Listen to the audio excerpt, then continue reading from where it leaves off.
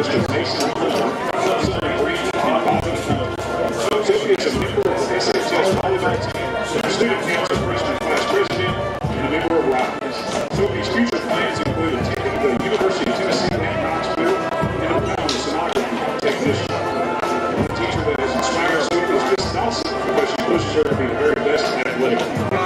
Ladies and gentlemen, Miss Sophie James and Mr. Mason Hunter.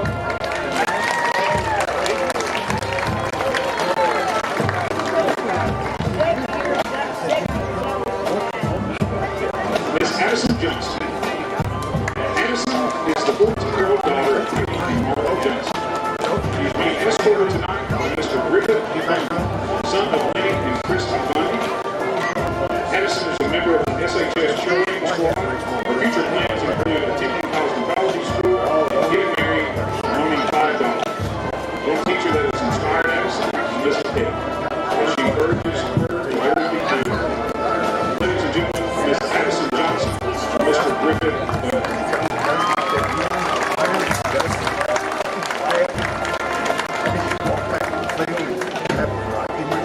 Miss Gabrielle Black.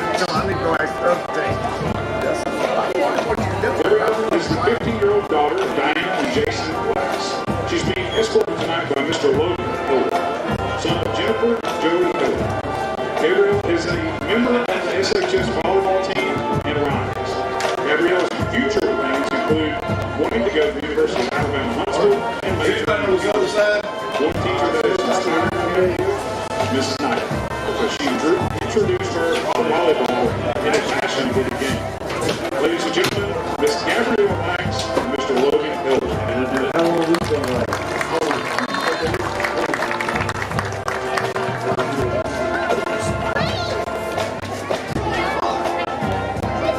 Please give a round of applause to the homecoming representatives for the class of 2026.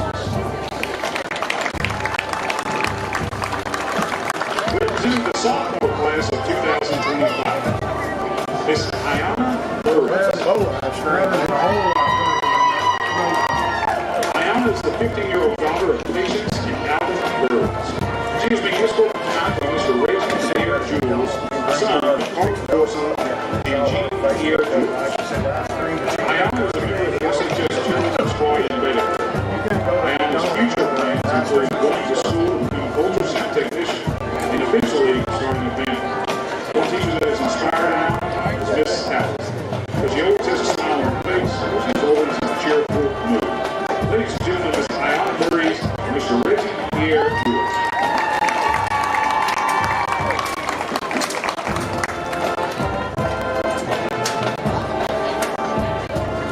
Janiyah Blair. Janiyah is the 15-year-old daughter of Denise and Mantrell Roberts. She's being escorted tonight by Mr. Malachi Hudson, son of Brooklyn Poole and Derek Hudson. Janiyah is a member of the SHS Band Corps. Her future plans include working in the medical field and a pediatrician. One teacher that has inspired Janiyah has been Mr. Drew Wilson, because he inspires her to come to school to always have a good laugh. He's definitely her favorite teacher. Ladies and gentlemen, Miss Janiyah Blair and Mr. Malachi Hudson.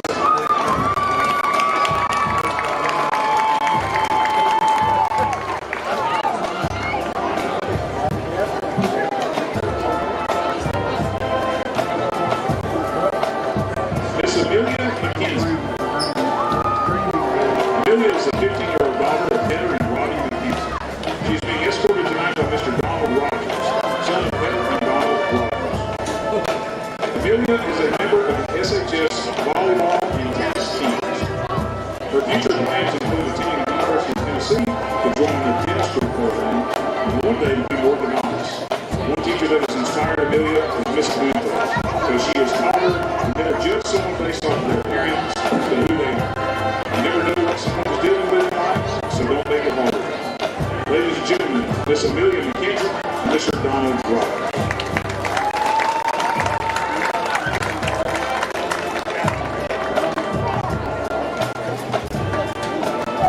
Ladies and gentlemen, please give a round of applause for the homecoming representatives from the class of 2025.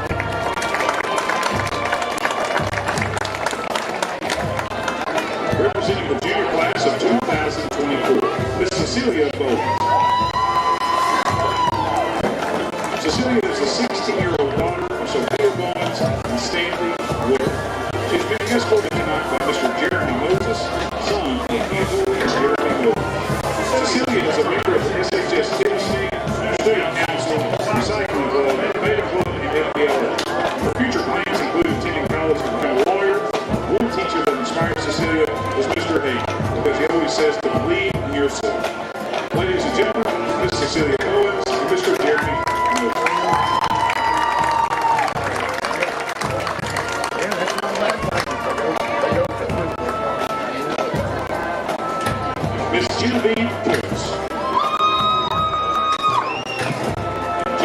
is a 16-year-old daughter of George Coates and Dave Coates. She's being escorted tonight by Mr. Isaiah Springfield, son of James and Morgan Springfield. Genevieve is a member of the SHS Marching Band. Genevieve's future plans include attending college, becoming a social worker. One teacher that inspires Genevieve is Mr. Tidwell, because he always keeps us real. Ladies and gentlemen, from Miss Genevieve Coates and Mr. Isaiah Springfield.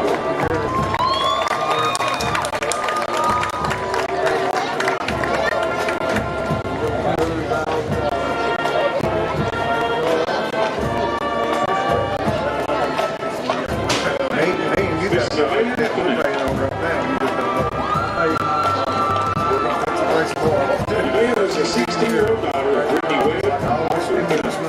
She's being escorted tonight from Mr. Garrett Davidson, son of Kevin and Marvin Davidson. Today is a member of the National Honor Society, Heat Club, Junior City Man, Recycling Club. That club serves as junior vice president. Her future plans are to move out of state and attend university, major in psychology with a concentration in forensics. From there, she wants to become either a forensic psychologist or a clinical psychologist. Her long-term goal is to travel around the world. Two teachers that have inspired her, Mr. Fuentes and Mr. Hagan, because they continue to inspire her to the best, to be the best she can be, and never let her give up no matter how hard she's tried. They continue to drive her and be passionate about what she's interested in, but not as passionate as Mr. Hager is about Queen Elizabeth II. Ladies and gentlemen, this is the mayor of the town, Mr. Garrett Davis.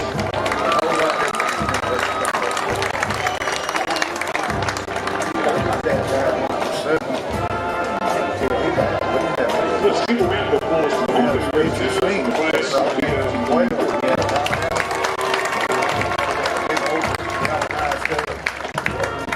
Representing the senior class of 2023,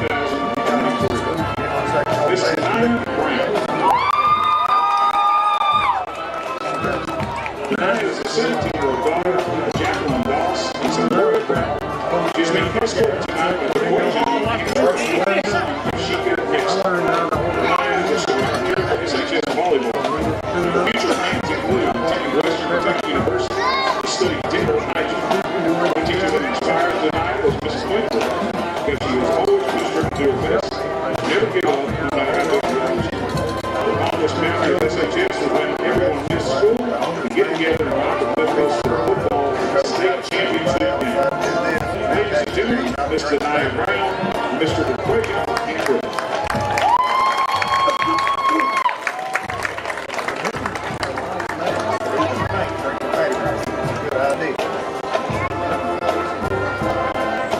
Abigail Edwards. Abigail is a 17-year-old daughter of Billy and Tammy Edwards. She's being escorted tonight by Mr. Joseph Bauer, son of Nick and Rosa Bauer. Abigail is a member of the SHS Marching Band, Youth Club, newspaper, and journalism. Her future plans include going to a junior college to explore her passion. She would like to explore journalism, English, social work, roller skating, arts, maybe even things in business as well. One teacher that inspires Abigail is Miss Burke, because she's like the cool man the always wanted. I had her in class during one of the hardest times of my life. It was truly a safe space. I know she's there for me, and I absolutely adore and fondest memory of SHS is at the end of sophomore year. We were in band and played a lot of silly games together. I don't think I've ever had a time so long before. Like that giving out first day's work. Ladies and gentlemen, Miss Abigail Edwards, Mr. Joseph Bauer.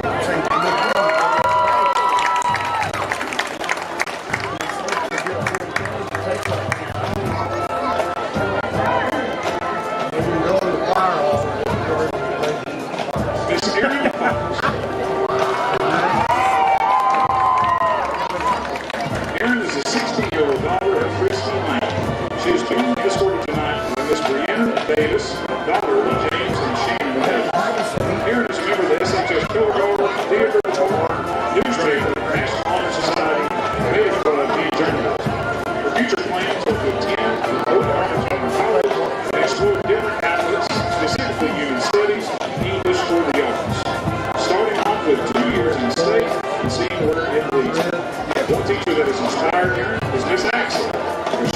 made of the class can be more than just a class.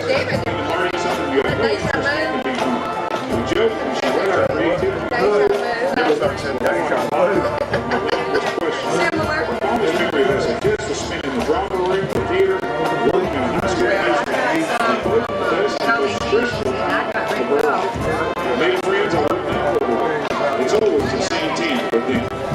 Ladies and gentlemen, Miss Erin Fox and Miss Brent Davis.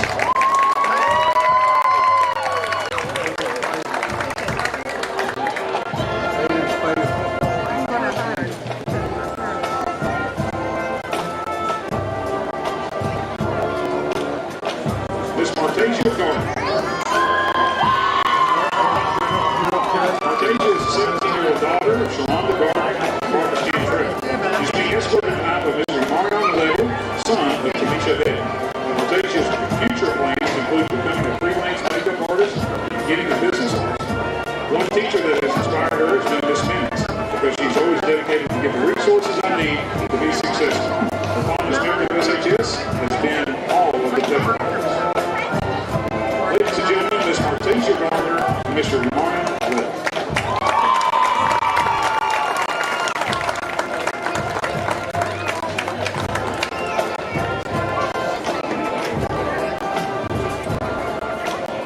One more round of applause for the 2022 Springfield High School football homecoming fourth representative.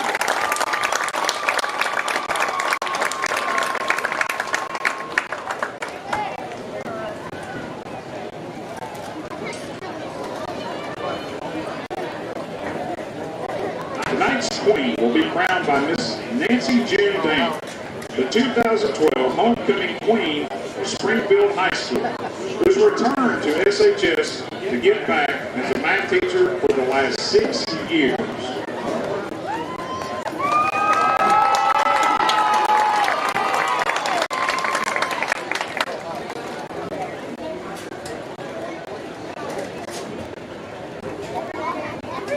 Tonight's homecoming queen is Miss Abigail Edwards.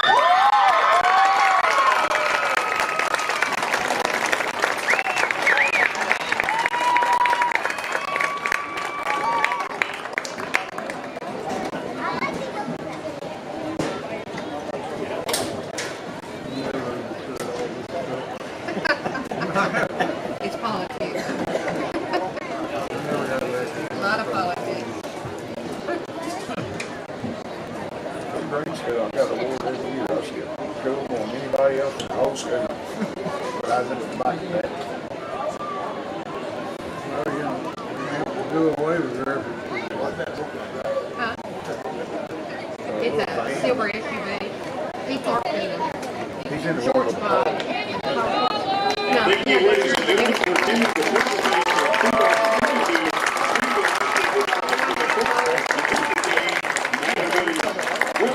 yeah. She said, remember, I can't work in the one with the pole. I said, I remember. 34, 35.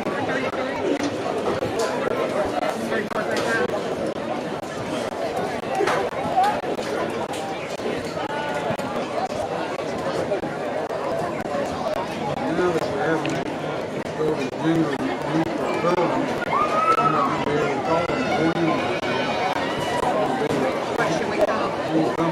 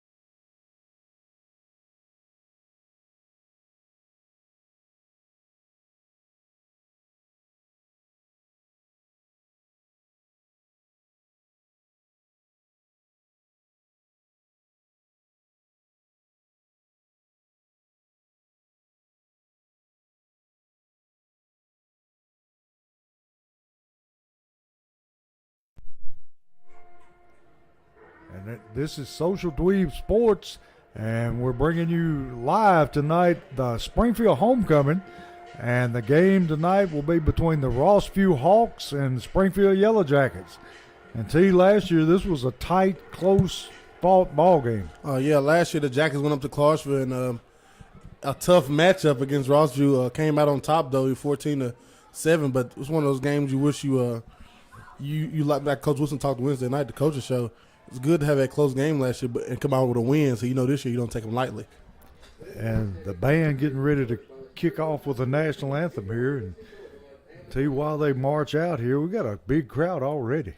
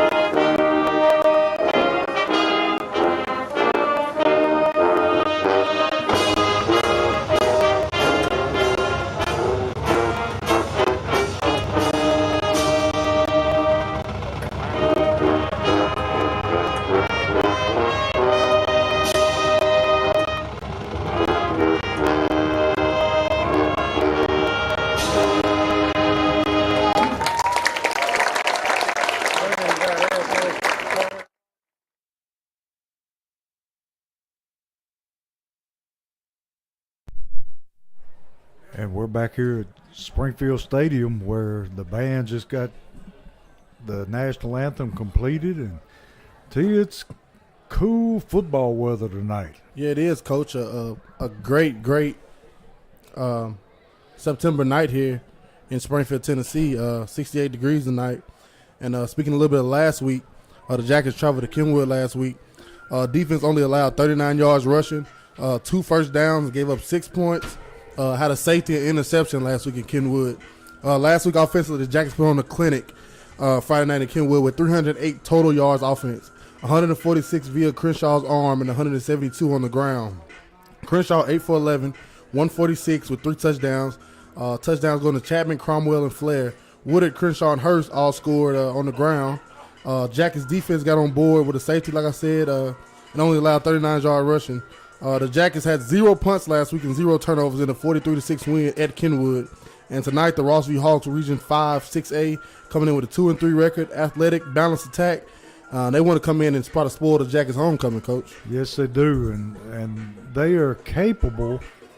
It's just a question of whether they can or not. Yes, sir. And you want to give us a rundown on the injury report for Springfield? It's a lot, Coach. Yes, it is. As the Jackets run out at all gold, that classic look. Came a real nice thing in the early 90s at all gold, Coach. Yes. The Jackets tonight will be without a few guys. You got 2 starting running backs. Number 83, Daniel's out tonight. Of course, that shoulder. Then you have number 11, Keontez Woodard, also out. And then you have number 3, Jock Johnson, out. And you have number 7, Travion Benford, out. So you got 4 nice guys. And Daniels. Yeah, Daniels. I named Daniels first. Daniels out another week without him. And I spoke to him before he came in. He said it might be 2 weeks. Yeah. He's been out for a bit, and we just, letting those guys get right. And tonight it's up to the reserves in those few spots, Coach. But one thing I'm glad about is ain't no lineman missing. Yeah.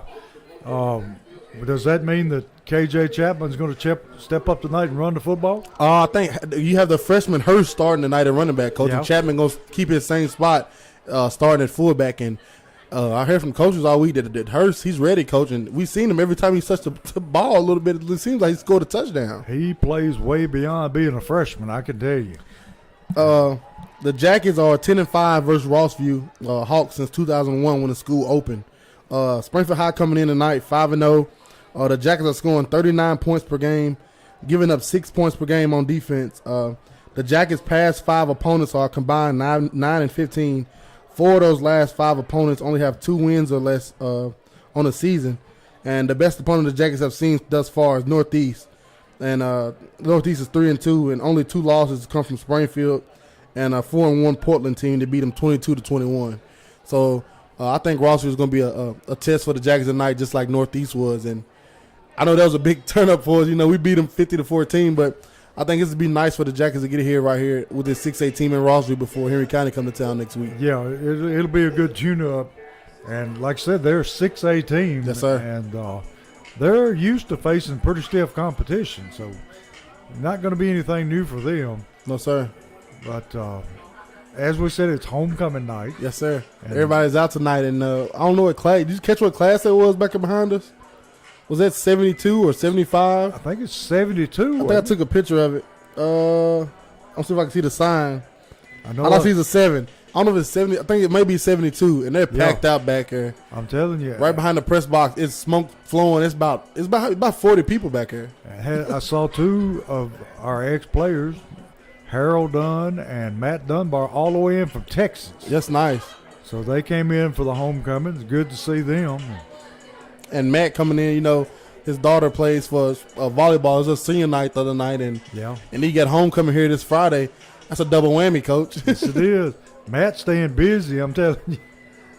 And the Jackets coming in tonight, 5-0 on their high horse, and these guys are fired up for the night, Coach. I was down there pregame, and playing surface, of course, as always, here is out here in the nest. Perfect field condition tonight. Perfect weather. The crowd's packed out, like you said, Coach, and it's time for some Springfield football. And hopefully they're going to show up and play like they did last week. But in the secondary, we got, 2 spots to fill. Yeah, you got Benford, he's down, and you have Jock Johnson down. Jock Johnson starting at safety. Benford been in and out of corner. But, then you just, Coach, what we've been saying all year, harping on this depth they have, they're going to show it off tonight. They're going to have to. You have number 24, of course, Clarence Cobbins in one corner. And we'll see. You've been having the basketball Cromwell starting at the other corner. It's just about who you want to put up at safety now. And you still got a good secondary, Coach. Well, then you got Flair to throw in the mix. They're out for the coin toss now. And like you said, Springfield in the all gold with the white helmets. T loves that look. Yeah, I like that look, Coach. Only other look I like more than this is the white pants. But this is classic right here. For the captains for the night for the Jackets, as always, number 14, Devin Crenshaw, and number 60, Dayron Grundy. And here's the flip, and we'll see what.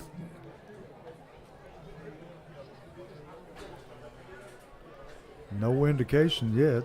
Springfield is going to, they've won the toss, going to take the football. Okay.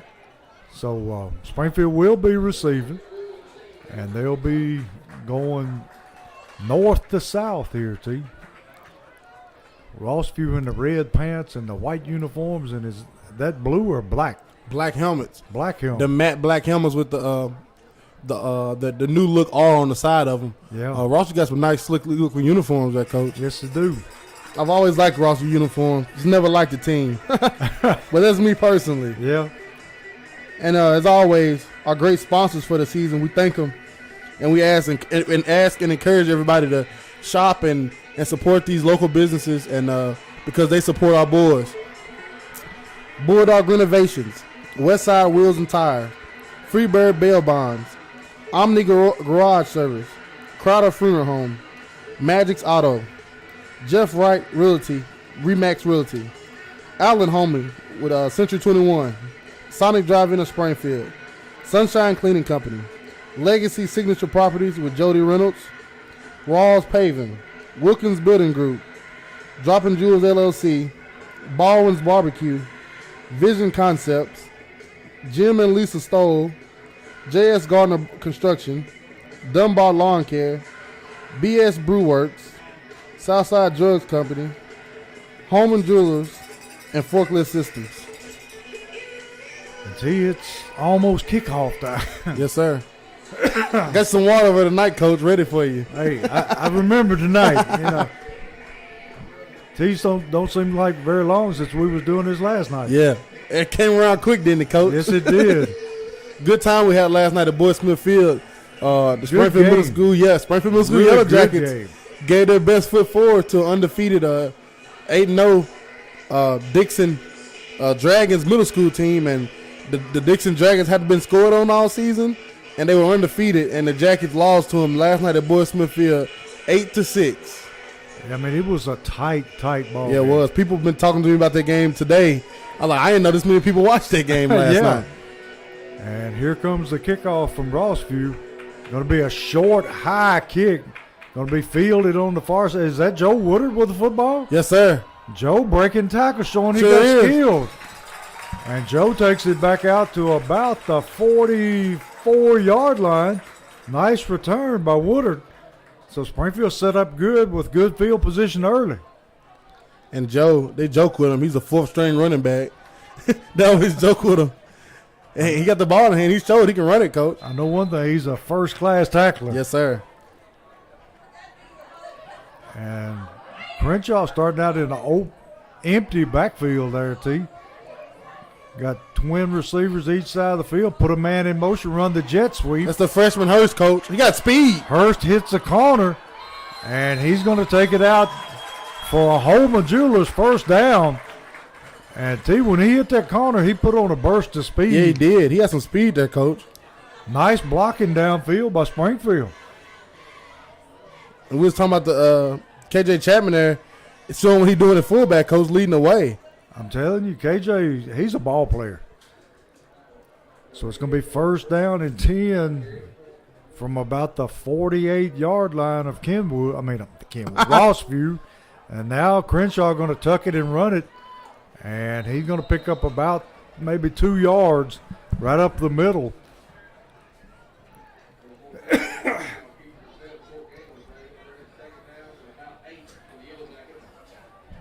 We got the good thing, like you said, T, we got our offensive line intact. Yes, sir. And that's what you always need. You need them big hogs up front, Coach, regardless who's running the football. You got to have good up front play. Me or you one might be able to run through that hole. Yes, sir. You might. I don't know about me. Crenshaw with 88 in the back, going to hand to the tailback. He's going to be fighting forward, and he's going to pick up a couple of yards right up the gut. Hurst, the freshman, I'm liking what I'm seeing out of him already, Coach. Running north and south, getting the ball at first play on the jet, get around the edge, show the speed. I'm liking it. Going to be third down and, what is it, about 4? Yes, sir. 3rd and 4 for the Yellow Jackets. Ball just outside the 40-yard line of Rossview. Crenshaw ready for the snap. Going to roll, looking to throw. Got a man in the flats. Going to be caught by KJ Chapman. And Chapman takes it down near the 20-yard line for another Holman Jewelers first down. And we're in the forklift Systems red zone. Red zone. And KJ has shown that he is a very capable receiver. Yeah, I caught a touchdown last week up in Kenwood, and tonight out in the flat again, he gets it. And unlike last week in Kenwood, I think last week it was on the 1-yard line. Tonight in the open field, he can get the ball and get some extra yards there. Great job. Springfield back to the line of scrimmage in the shotgun.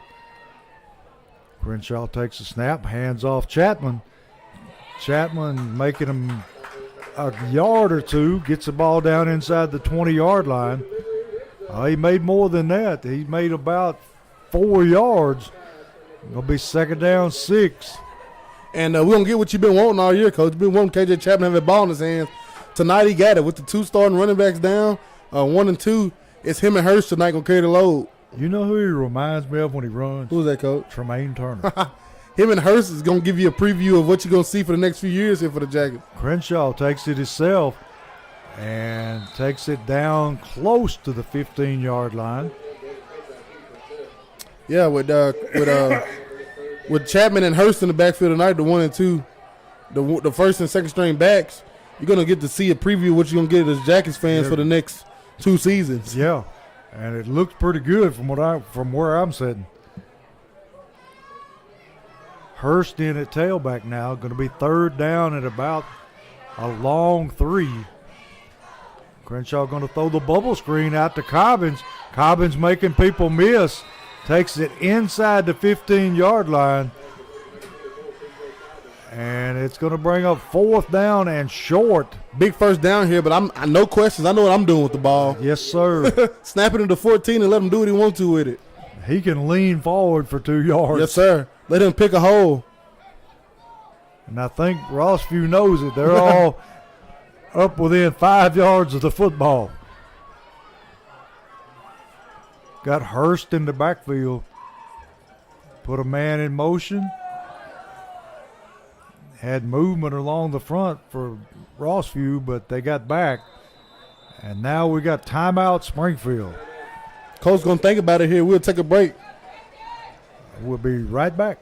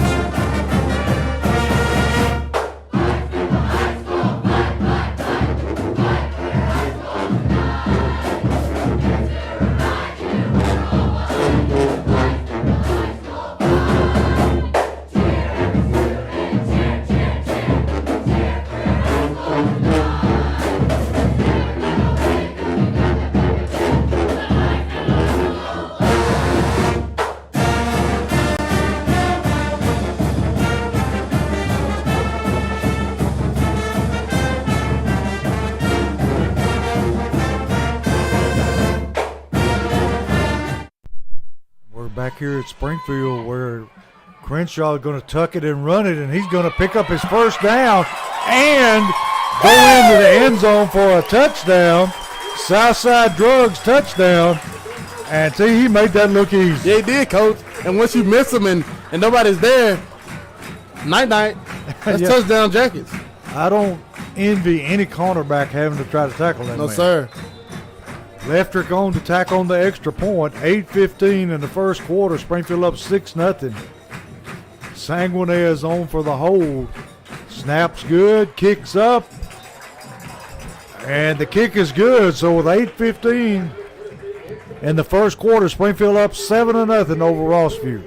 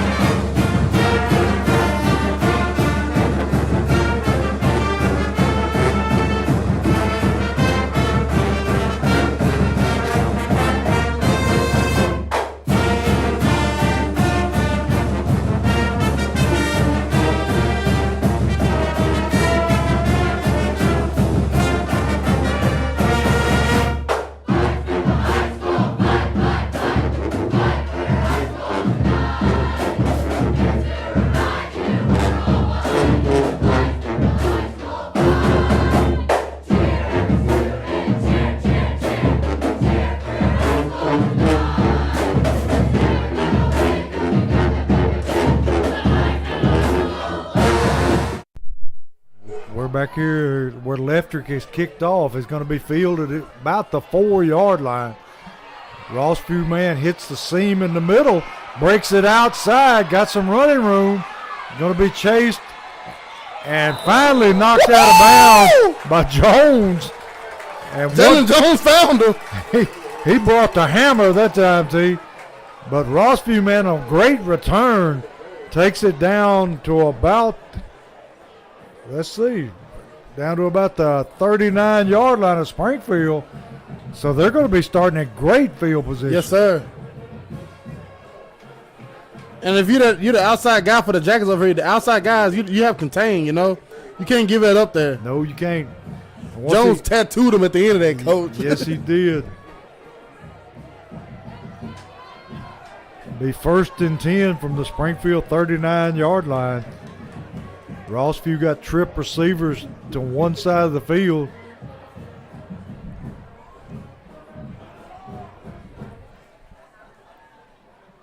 Quarterback in a shotgun. Put a man in motion.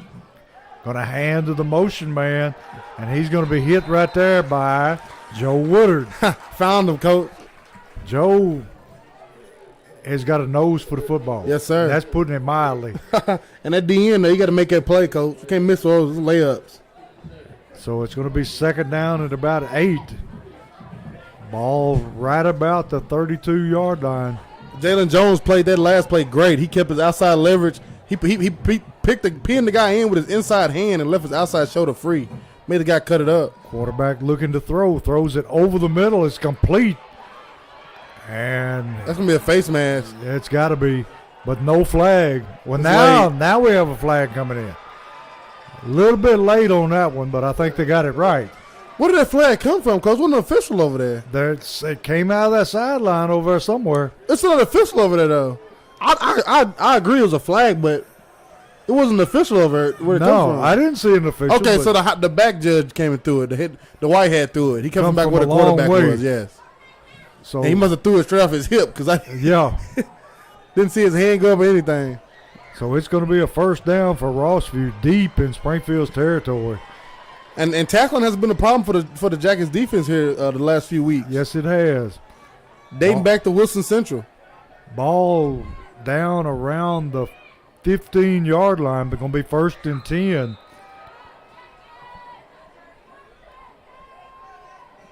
Going to hand to the tailback. It's a big tailback, T. And he's going to move his way forward for a couple of yards, but we have another flag on the far side. We have to wait and see what this is. Got to be someone on offense. Yep, Yeah, false illegal- start. Yeah. So it'll move them back.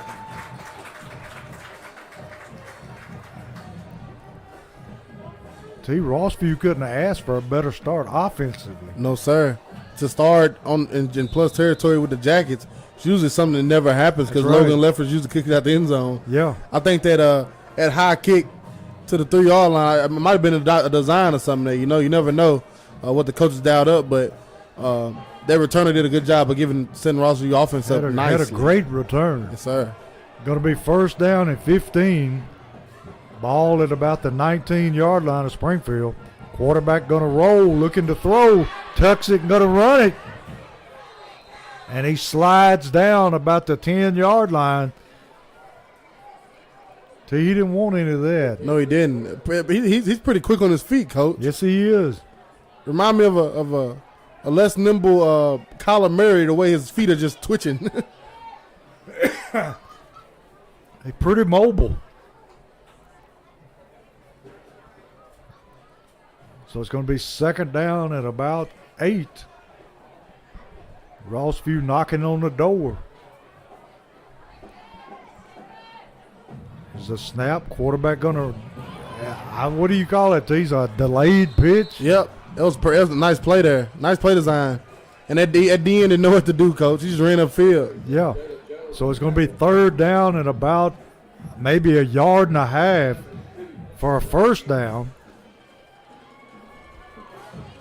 Ball just outside the 5-yard line of Springfield.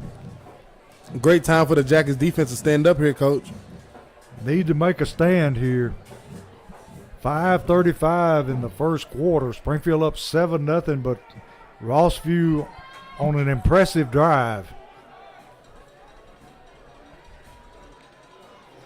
Quarterback going to hand to the tailback, and I think he's got his first down. Going to be looks like first and goal for the Hawks. And tell you, it looks like it's down around about the 3-4 yard It's line. on the 3-yard line because I see the hash for the field goal. So Springfield need to make a big stand here.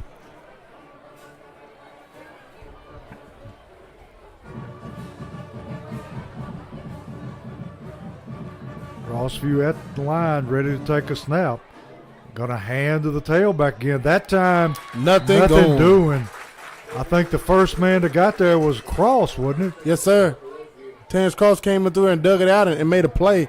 and he wrapped up nice. And we've been talking about him, his tackling back to win that Wilson Central game when the tackling was kind of iffy. He got in there, and he was making a lot of great his tackles. technique is a lot better than most of them. Yes, and he's starting at the end tonight. He's showing why he's out there, Coach. Bringing Big Turner into the game now. A little bit more beef up front. Going to be 2nd and goal for Rossview. Quarterback drops the snap and has to fall on it all the way back at the 11-yard line. And he just simply took his eyes off the ball. Yeah, he did. And what a break for the Jackets. Going to be 3rd and goal from all the way back at the 11.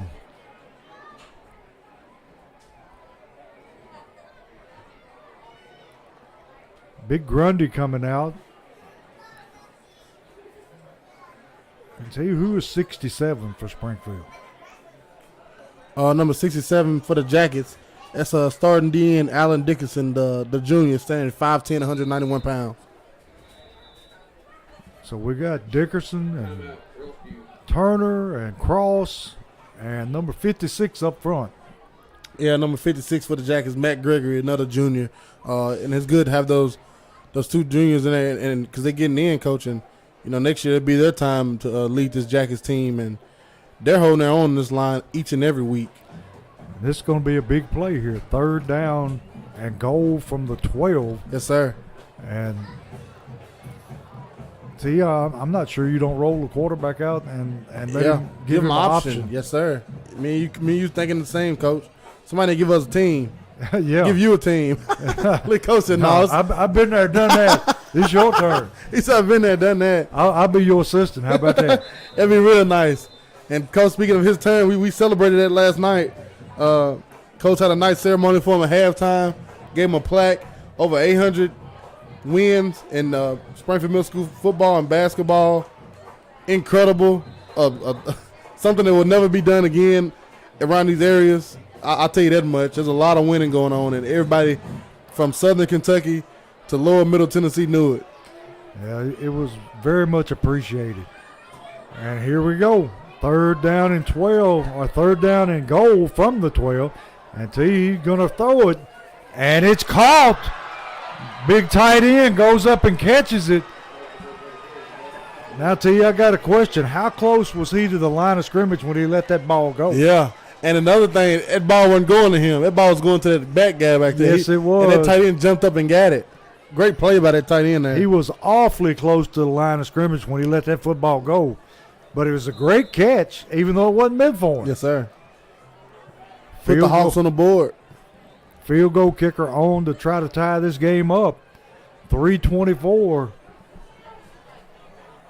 And the kick is up, and the kick is good. So with 3:24 in the first quarter, we're tied at 7.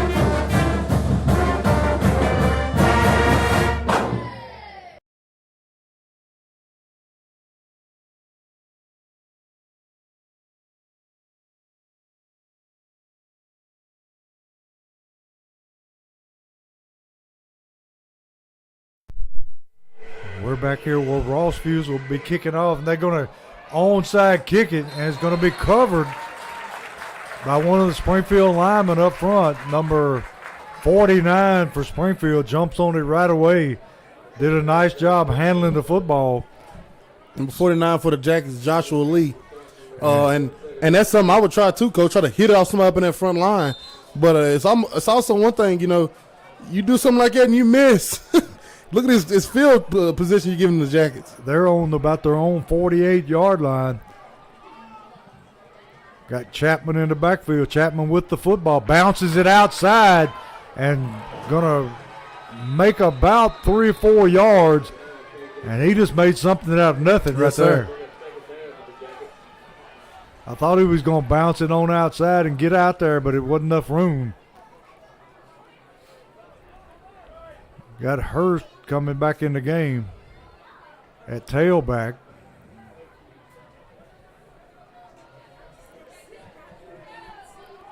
Got Cobbins and Flair at wideout.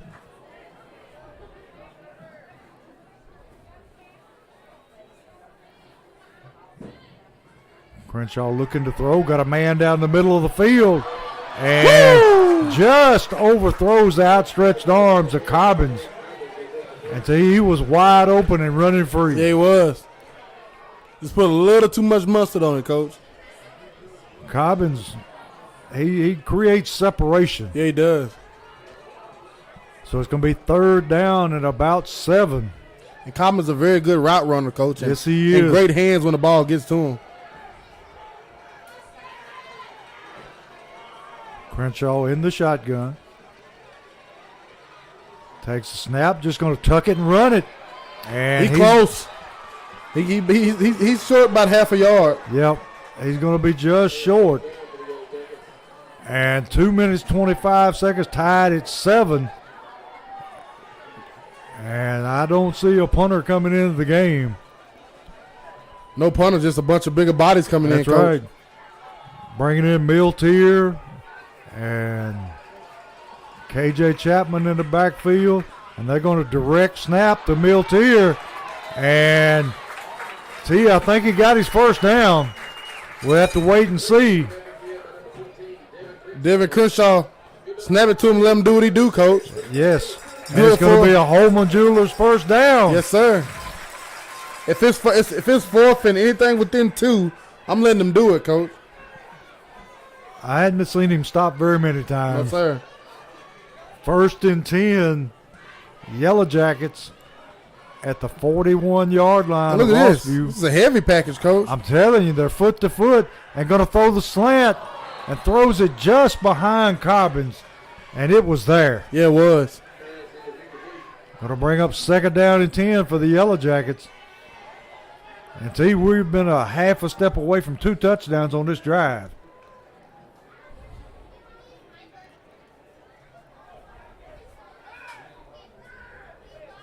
Just got to get the connection there, Coach. A little, Get the timing down. Yes, sir. Empty backfield this time. Put a man in motion. Gonna dump it out in the flats again to Chapman. And Chapman running over people. He got that ball in his hand because he put his head down. Yes, he did. And them sticks moving. Gonna be a Holman Jewelers first down again.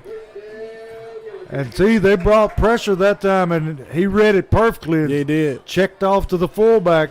And that's one thing I've been looking forward to seeing more of Devin Crenshaw when people start sending blitzes on him.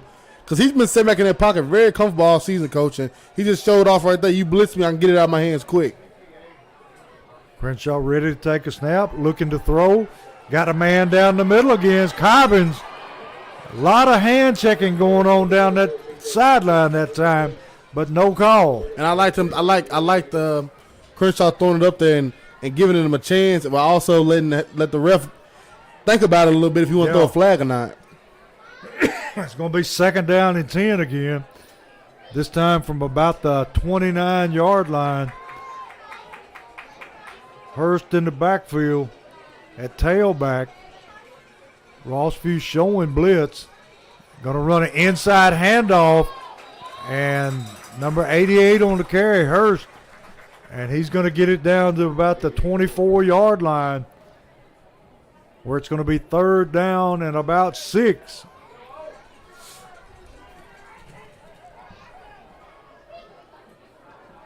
Until we forgot, we're in the Forklift Systems Red Zone. Yes, sir. Just entered it. Crenshaw on a quarterback keeper around the end, rumbling and stumbling, and gets out of bounds, but not before he gets another Holman Jewelers first down. And when you stretch, like as a linebacker on that side, you can't try to come inside and let that play be stretched because he got blockers in front of him. He's going to run all day. Yes, he is. He can hide behind those blockers, and those blockers just go 1, 2, and just start falling. He's still going to be rolling, and then what's going to happen is you're going to be stuck with a cornerback or a safety trying to tackle him. And that ain't going to work. Great play design there by the coaching staff here. Great job. 1st and 10 from the 15. Crenshaw looking to throw. Got a man in the end. It's going to be intercepted. Rossview with the interception. He's running down the sideline. Going to be knocked out of bounds at about the 30, well, maybe the 29-yard line.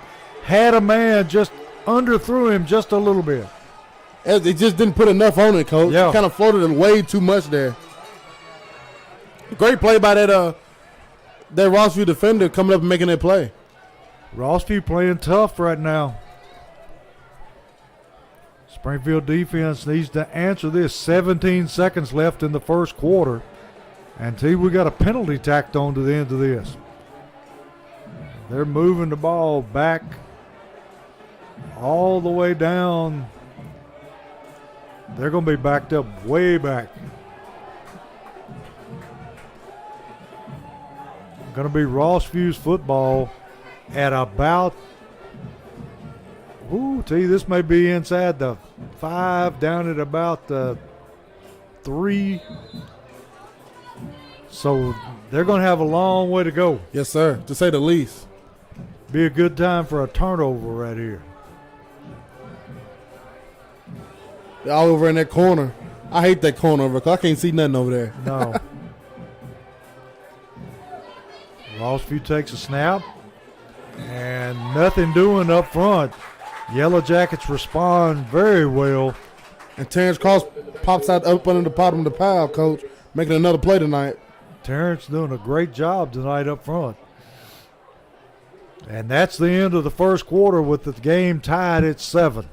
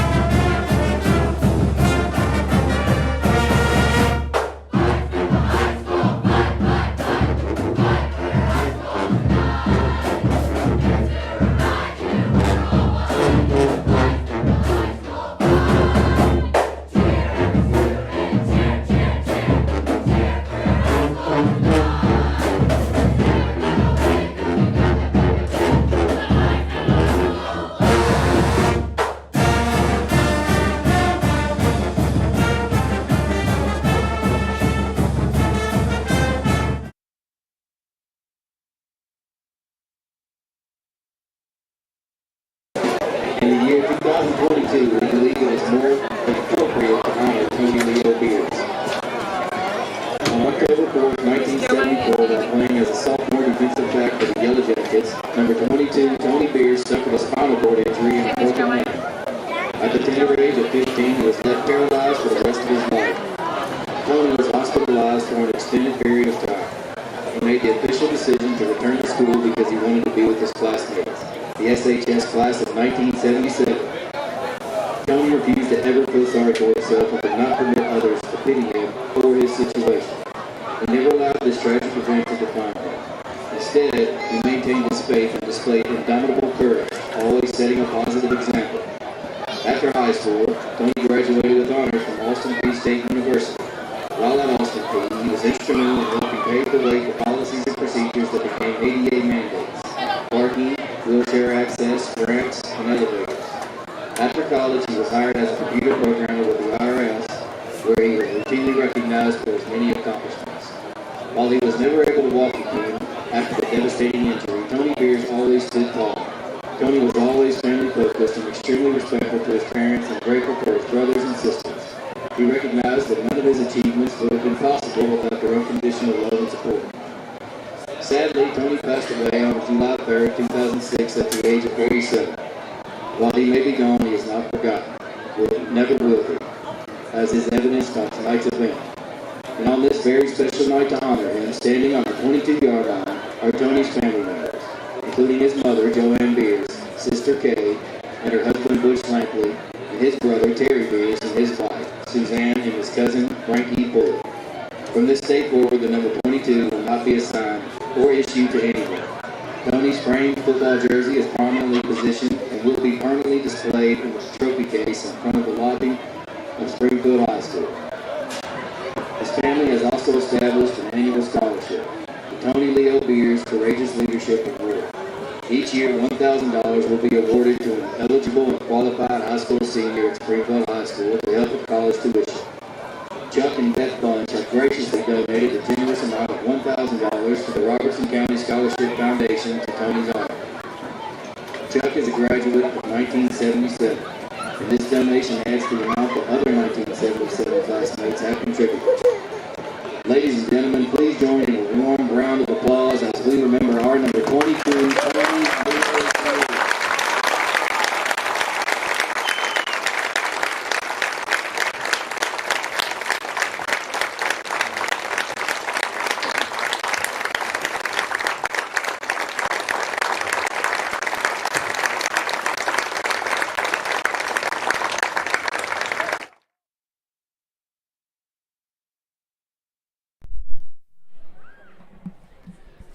And that's something nice there, Coach, right there. To start the second quarter, honoring Tony Beard there, the number 22, which is retired here at Springfield High School. And Coach said it wasn't a better time to celebrate him than in 2022. You got that. I remember when that happened, and it was very tragic, and he was an extremely brave young man, and he didn't let it get him down. And tonight, there's no 22-yard line here. The hash isn't marked for the 22. Rossview going to give to the tailback. He's going to be hit up front. And I think Turner's in on the tackle and Cross and just a whole gang of Springfield Yellow Jackets. And he lost yardage. He's going to be back to about the 2-yard line. Going to be third down and about, well, now they moved it. It's going to be 3rd and 11. And if you Rossview, you should back there to the end zone there, Coach. And that end zone down there, you know, people move around a little bit, but it's usually noisy down there. Yes, it is. You don't want to do too much and try to, let that D-line get to you. Quarterback puts a man in motion. Going to roll, looking to throw. And he's got his receiver. And receiver's going to stretch and try to get that first down, but he is going to be short. Oh, he said first down. The official, he said first down. He was short, Coach. He was short. Ooh, tell you that one. If I'm a defender on the Jackets defense right now, that should tell you how this night's gonna go. Yes, let's play football. Don't let nothing be close. That's right. Can't leave it in the hands of an official because that ball was definitely short. Yes, sir. His whole torso was down before he reached out and tried to extend. He was 1.5 yards short. Quarterback gonna take it himself up the middle. Got running room, and we got a penalty flag thrown in the middle. Jalen Jones on the tackle, but we'll see what this flag is. Something on Rossview. I seen the white hat point that way. Going to be a hold on Rossview. See, they better not take this Rossview team lightly. No, sir. Because they come to play tonight.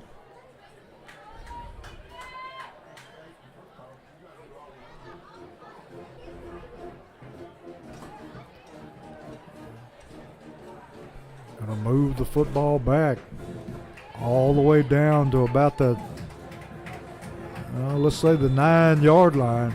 It'll be 2nd down 15. Tell you who have we got in at cornerback here, number 82 for Springfield. Number 82 for the Jackets. That's Cameron Cobbins, Clarence's younger brother. he's anything like his younger brother, we'll take it. Yes, sir. Quarterback looking to throw, throws it out quick in the flats. Gonna be hit and Parker driven out of Betts. bounds. Parker came up and laid the hat there, Coach. He threw the big lick.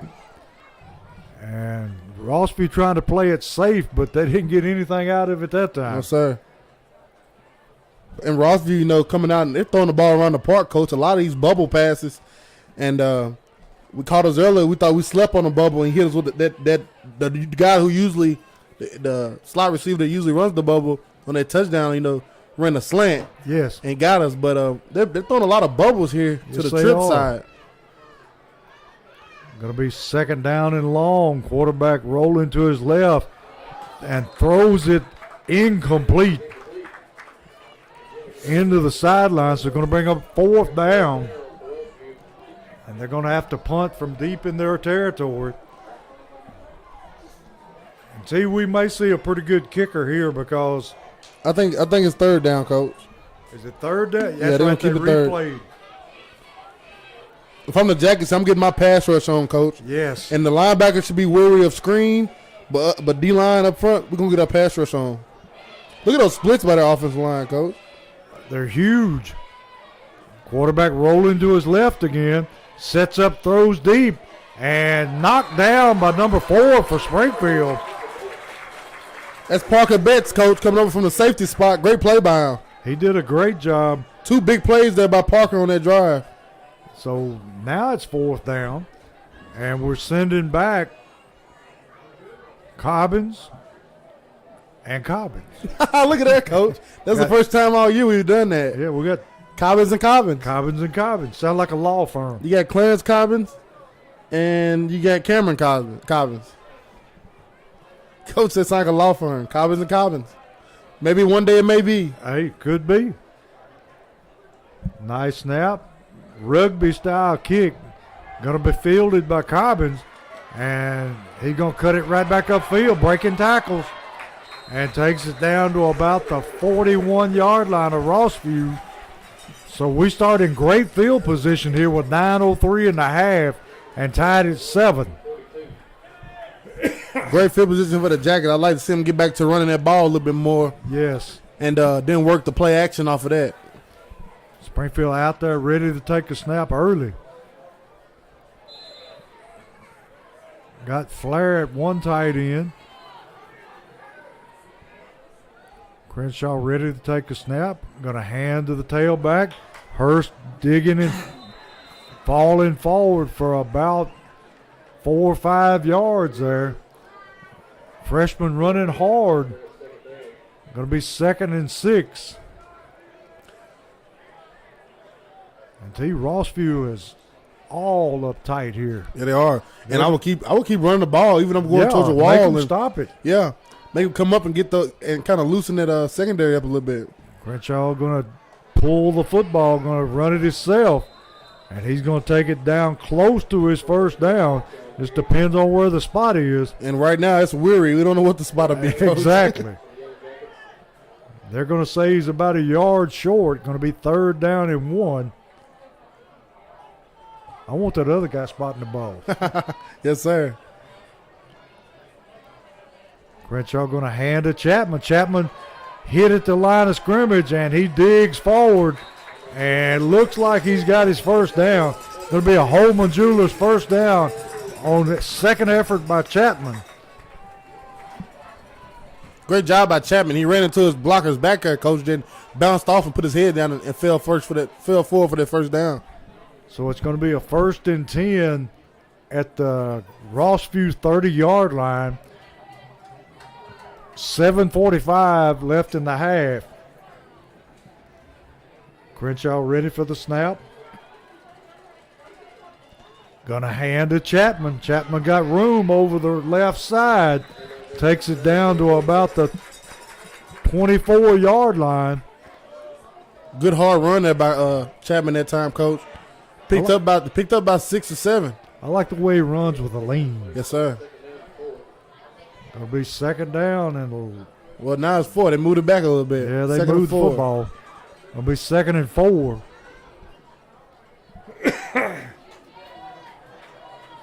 Springfield taking their time, getting the ball, getting the play into the huddle. Going to hand to Chapman again, and once again finds some running room. Takes it down around the 20-yard line. And just going to depend on the spot. And they're saying it's a first down. Another Holman Jewelers first down. So something's off, Coach, because that he was about a half a yard off. It wasn't Yes, a first he down. was. No, it so was. something's off up there with that official and that up top in the chains. Crenshaw ready for the ball. Hands to Chapman again. Chapman finding a lot of room up the middle. Keep going, Coach. And just keep it going. Keep it going till they stop it. And that official stopped, and that's another first down, Coach. Another Holman Jewel first down, and we're in the forklift system red zone. Yes, we are. And Chapman being impressive here, just running between the tackles. Yes, sir. Gonna hand it to him again. And this time makes maybe 2 or 3 yards before he's brought down. So it's going to be second down and goal from about the 4-yard line. And I'm waiting for Crenshaw to pull it and go around the and just walk in. Yes. Hands to Chapman again. He let Chatham try to take him home, Coach. And he's down close. About the half-yard line there. Going to be third and goal. They got it spotted at the 1.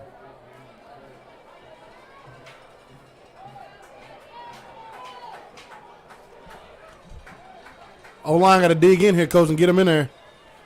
Crenshaw going to take it himself, and he walks in the end zone right over left tackle for the Springfield touchdown. Southside Drugs touchdown.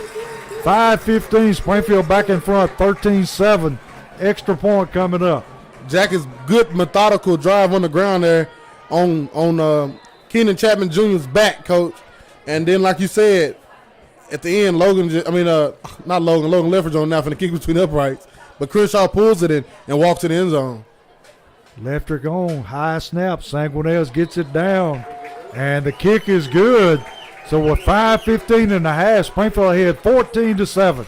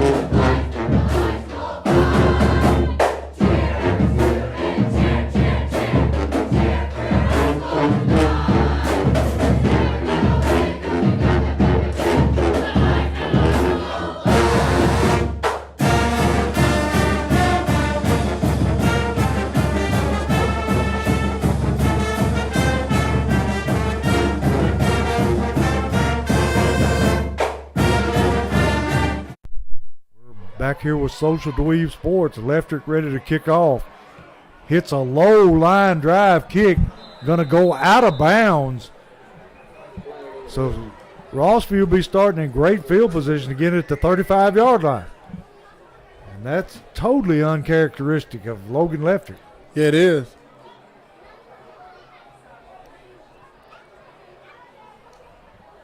.5:15, Springfield breaks ahead 14-7 on the run by Crenshaw.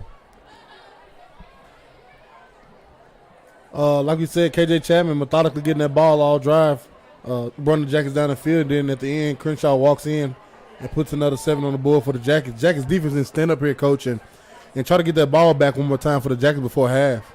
Need to put some pressure on this little quarterback. He rolls to his left when he throws. Yeah. Little quick guy. Yeah. Springfield showing blitz. Now they back out of it. Going to throw the quick out here. Going to be met there by number 30 That's along Pilcher. with a bunch of his friends.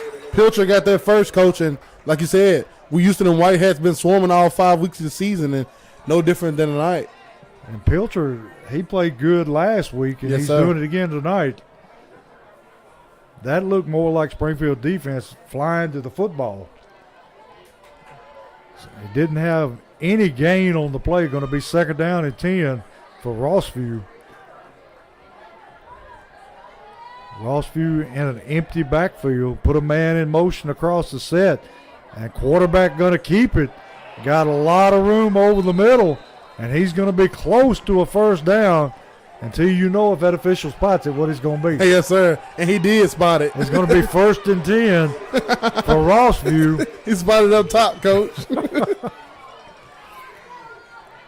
Ball going to be resting right at the 45-yard line of Rossview.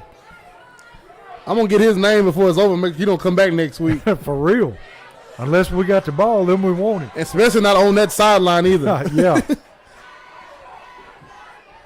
Rossview operating out of the shotgun. Quarterback looking to throw. Throwing deep down the sideline and just off the fingertips of the receiver and out of bounds. Incomplete. Going to bring up 2nd down and 10 from the 45-yard line.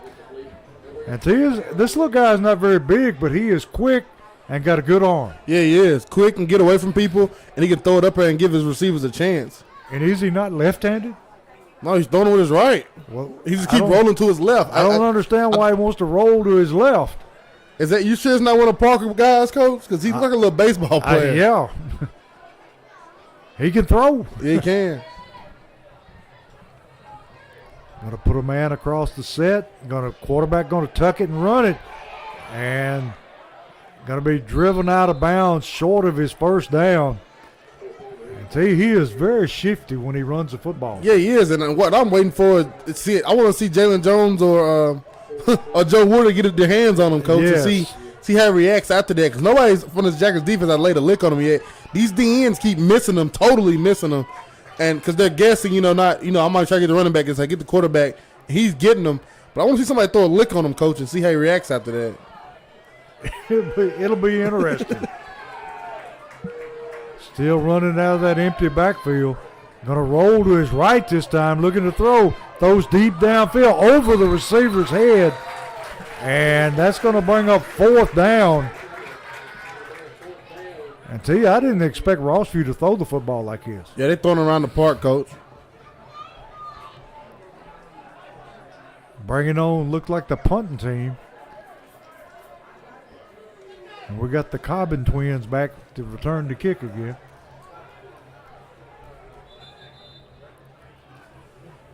.353 left in the half. Springfield up 14-7. And I don't know what the holdup is. Now we got timeout Rossview, so we'll step away and be right back.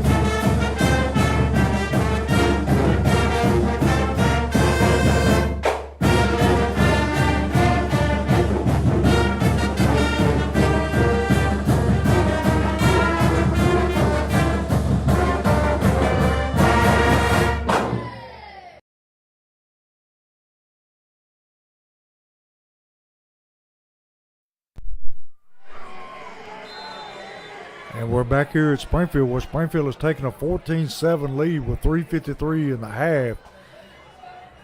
It'll be 4th down and about 8 for Rossview. See, they got a rugby kicker, and he kicks this one out of bounds, very short. I don't know if I like these rugby kickers or not. Because you never know, Coach. You never know what you're going to get out of them. Maybe you can go off their foot one time because they're not setting up and they're not watching the ball leave their foot the same way every time, the same steps every time. You see in rugby kickers, sometimes they might stutter step, sometimes they might full go. It depends on how the rush comes, and I don't like it either myself. And usually the kicks are low-line drives that are very returnable. Springfield up to the line of scrimmage in a hurry. Crenshaw operating out of an empty backfield. And we got a whistle and timeout Rossview. And tell you, evidently they saw something they didn't like. No, they didn't. they got there quick too, Coach. They must have saw something on film and they knew it was coming as they got out of there. Yeah, they were lined up. A banned mission.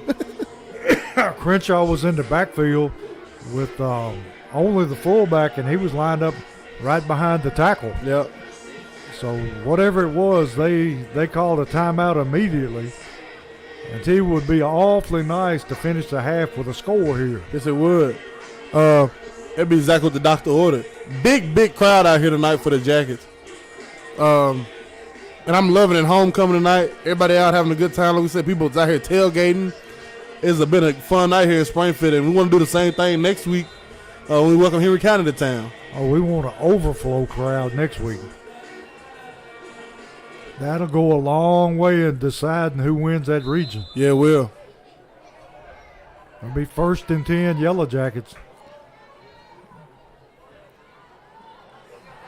Put a man in motion across the set, run a jet sweep. Number 12 for Springfield going to be hit and stacked up after about a 2-yard gain. Cromwell on the carry. Got a flag coming in way from the back. We'll have to see what this is.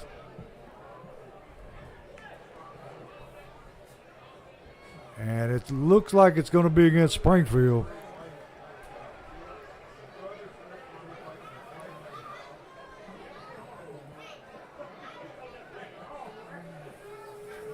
They're marking it off against Springfield, but nobody has signaled what it is. Refs probably don't know what it is, Coach. Yeah, it'd have to be a hold. So now it's going to be 1st down and about, looks like about 20. See, we got Cobbin split almost out of bounds over here. Sure do. He is wide. It's a slant there if they want it. Crenshaw going to tuck it and run it right up the middle. Gets back the penalty yards and then a couple. Going to bring up 2nd down and about 8.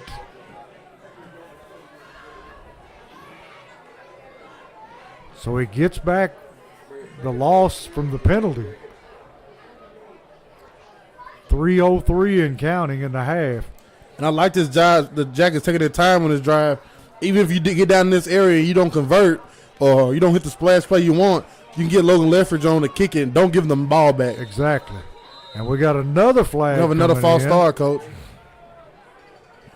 And Springfield shooting herself in the foot right now. Had movement up front. So it'll tack on 5 more yards. It'll be 2nd down and about, well, we'll say 13.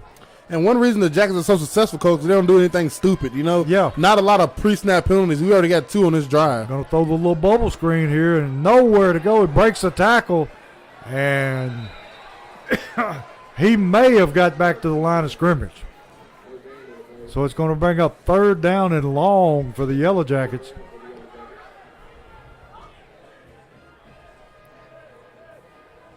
You're not used to seeing the Jackets, with pre-snap penalties. Pre-snap and post-snap penalties and turnovers, they'll beat you every time, Coach. You just can't afford to have them.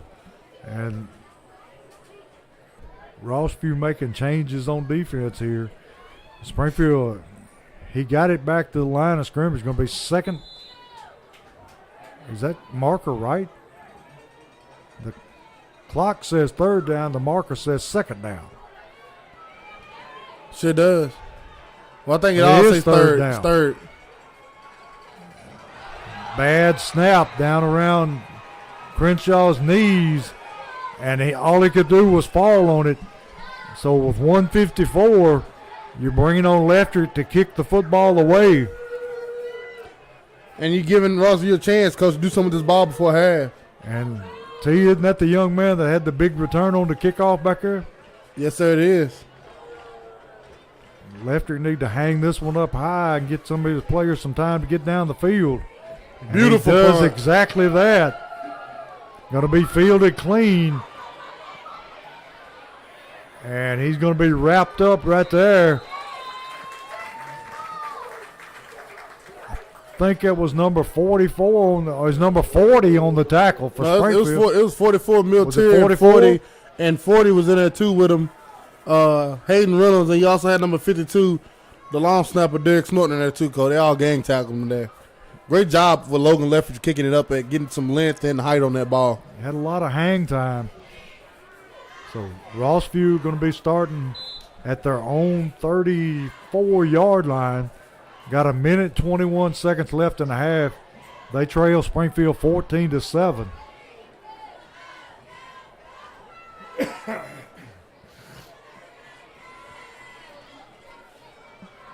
And see, look where Jalen's lined up. We got another timeout. And we'll just keep it here. You got a minute 21 before half. Yeah. Halftime, of course, you have the band show. I don't know what else, they probably got in store here for homecoming. The Jackets literally in control right now, Coach. But they got to get a stop here before they go to half. Yes, they do. Don't want to let them go into the half with the momentum. Yeah. Because of you don't want them literally right now, though. They're going to try to throw it up. You might create a turnover here off Rossview's right here right now. Yeah, they try to get fancy. You can pick one off and run it back pretty quick. Yeah, you can. You want to get this pass rush going and try to get that quarterback to do that, just what we're talking about. Because he's kind of antsy back there, Coach, but he's throwing a few balls with people's heads, like kind of like that middle school quarterback we seen last night from Dixon. Yeah, he could throw, but he just couldn't throw it to the right person. Yes, he's overshot his receivers a few times tonight, and if the Jackets get a little pass rush here, Coach, and everybody dropping back, just like you said before they went to huddle and timeout, Jalen Jones was kind of back a little bit in front of the safety. So Rossview out on the field, ready to take a snap. Got trip receivers to one side of the field. Quarterback going to ride the tailback, and not much there that time. Cross again, Coach. Cross having a good game tonight. Yeah, he is. And now we're going to have an injury timeout. Got one of the Rossview kids on the ground. Looked like a lower leg injury or a cramp one. Yeah, he's holding his hamstring pretty bad. We'll take a break with this one, Coach.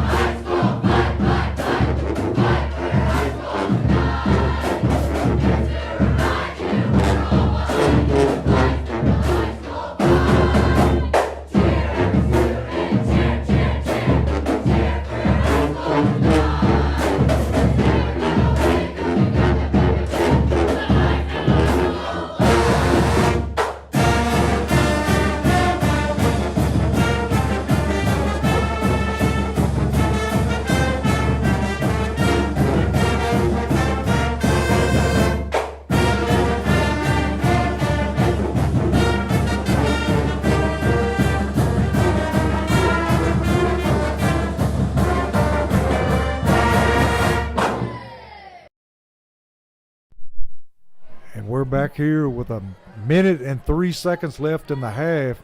Going to be 2nd down and 9 for Rossview. Put a man in motion across the set. Quarterback going to keep the football. And he runs into Mr. Cross again. And is brought down after a very short gain.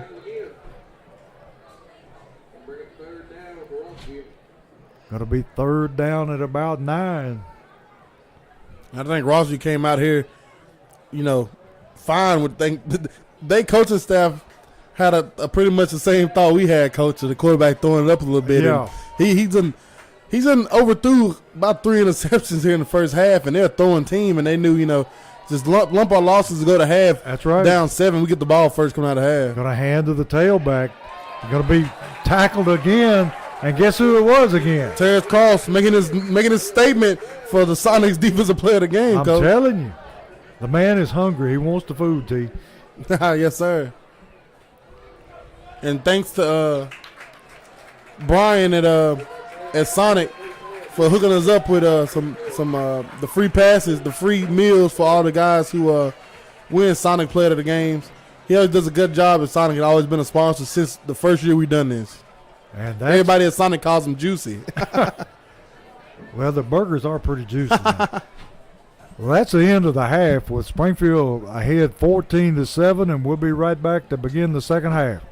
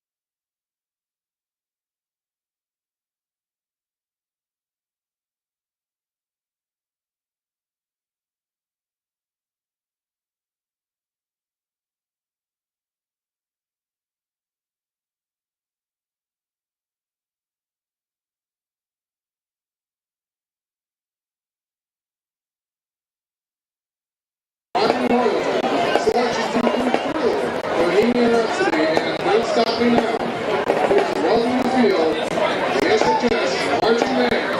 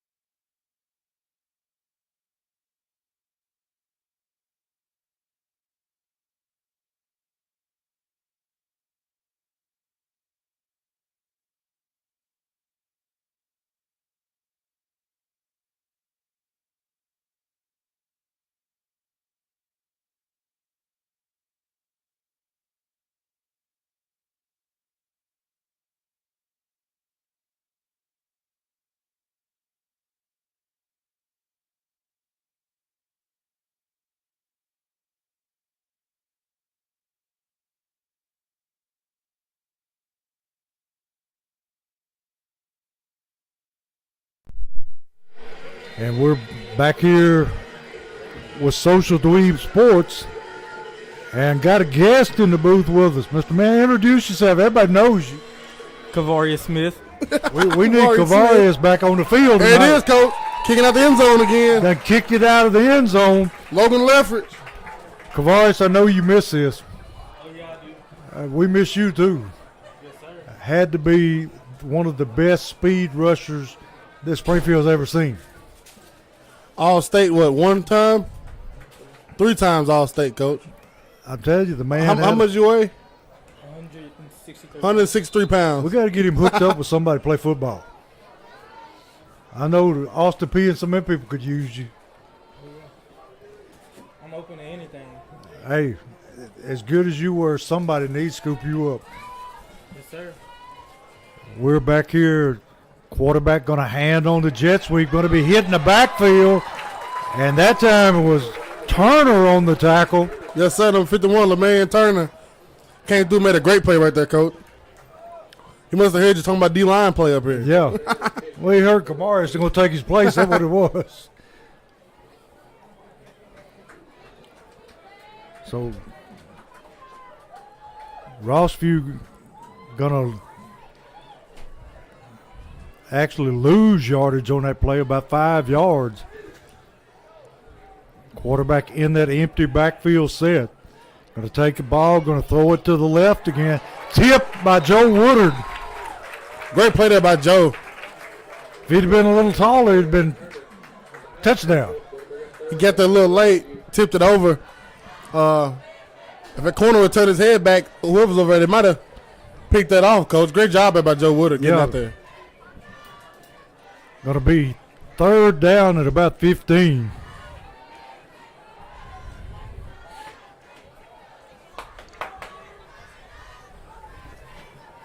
Quarterback going to throw back to his right. Turner with the pressure, coach. Underthrew his man, and he was under a lot of pressure that time. Turner came through there, coach, from his D tackle spot and put some pressure on him and made him throw it up. Great job there by Turner. Springfield defense looking a lot better. Until you always said it, after halftime, Springfield's out the advantage. Yes, sir. Every time. If we go to halftime, Springfield goes to halftime up or within 7 points, I always think Springfield has a chance, coach. Until we got our rugby kicker on again. And it's going to be 4th down at about 15. Got the 2 Cobbins brothers back to return the kick. Low line drive kick, going to be fair caught at Rossview's 48-yard line. Pretty good decision that time, too. Yeah, it was. Line drive coming. Take the yards you got and let the offense work. In the first half, Devin Crenshaw was 4 for 8, 35 yards passing. KJ Chapman had 2 catches for 30 yards. Cobbins only had 1 catch for 3 yards. Cromwell had 1 catch for 2 yards. On the ground, Crenshaw 9 carries for 54 yards. Crenshaw giving the ball to Hurst. Hurst lowered his head, and somebody's mouthpiece flew about 5 feet in the air. Look, contact, coach. I mean, he delivered a wallop that time. Going to be a Holman Jewelers 1st down. Hurst running that ball. He ain't running that ball like no freshman. He running that football. And then you have KJ Chapman had 8 carries for 40 yards in the first half. KJ in at tailback now. Crenshaw just going to follow KJ right through the middle of the line. Going to pick up about 8 yards. And tell you, I'd like to see him just establish his run game and just wear them out. Yes, sir. Lay on them, coach. Let them big boys up front do the work. I'm going to try to get you a couple scores here methodically. In the second quarter, East Robinson 34, Joe Burns 0. They running away with that one, coach. Yes, sir. That's second quarter, 6 minutes left over in Cross Plain. KJ running the football, tries to bounce it outside. And he's going to get about a yard. Going to bring up 3rd down. And about a yard. Tullahoma troubles keep going for him. In the first quarter, Perricone 28, Tullahoma 0. Second quarter, Smith County 33, Trousdale County 0. Halftime, Station Camp 16, West Creek 7. Crenshaw ready to take a snap. He's gonna ride Hurst and then kind of tuck it up the middle. Nothing doing this time. Going to be thrown for a loss. Going to bring up 4th down and short. At halftime, Mount Juliet 14, Worcester Central 3. And T. Springfield going to go for it here. Like I said earlier, Coach, in the first half, 4th and 2 or less, give it to Devin Crenshaw, let him find a hole and get the first down for you. Yeah. Second quarter, Clarksville 40, Clarksville Northeast 0. That's a surprise right there. That one is a surprise. Springfield in a tight formation, and I think we got somebody that didn't line up correctly, so they're going to have to call a timeout. Clarksville up 40-0 on Northeast in the second quarter. That's a surprise for me, Coach, because Clarksville, the athletes Northeast has, I thought they can get out on Clarksville, and the opposite's happening. Yeah. I never would have thought that Clarksville would have beat them, much less like that. And here's the score I told you to be surprised by. Henry County 9, South Gibson 0, halftime. That one's a tight one. South Gibson, a good, I believe they're a good 4A team. And they're giving them all they want. Yes, sir. Kamaris, you played in that Henry County game. What does it mean for Springfield to play Henry County? It's going to be a difficult game, but it's all about adjustments and what they can overcome. So give me a prediction now. Next week, Springfield, Henry County. Big 4th down right here, I Coach. think it's going to be a close game, but Springfield got the edge over Henry County. And 4th down, Springfield goes for it and handily makes the first down. Holman Jewelers first down. And we have entered the Forklift System red zone. I'm glad you reminded me of that.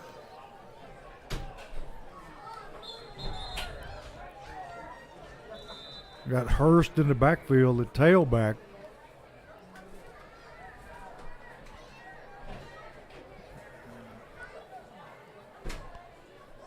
Referee stop and play here for a second. Now he's ready to go.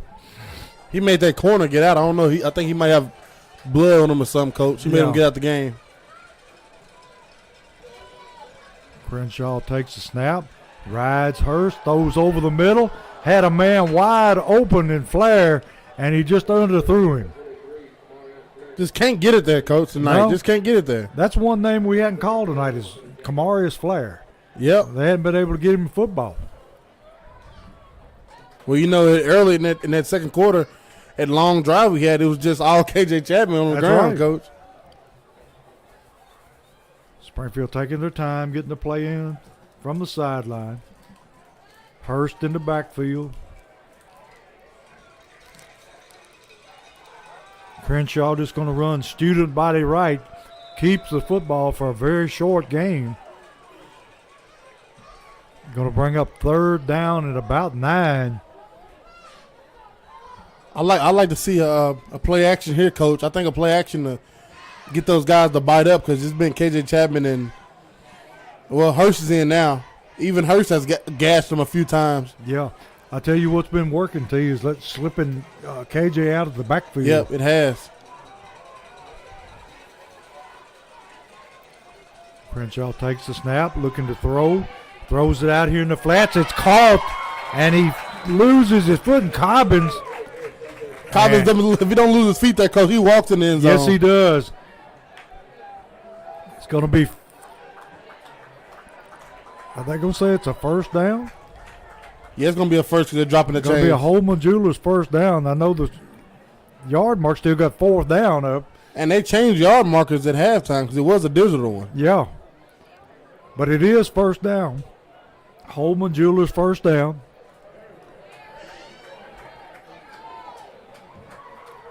Crenshaw hands to Hurst. Hurst through the middle of the line, picking up 3 or 4 yards on first down. 7:08 left in the third quarter. Springfield up 14-7 over Rossview. Lamarian Turner driving people into the ground and helping them up, Coach. That's the way to do it. Bringing in Mill Tier, going with a little bit bigger backfield this time. KJ will move from his fullback spot to tailback.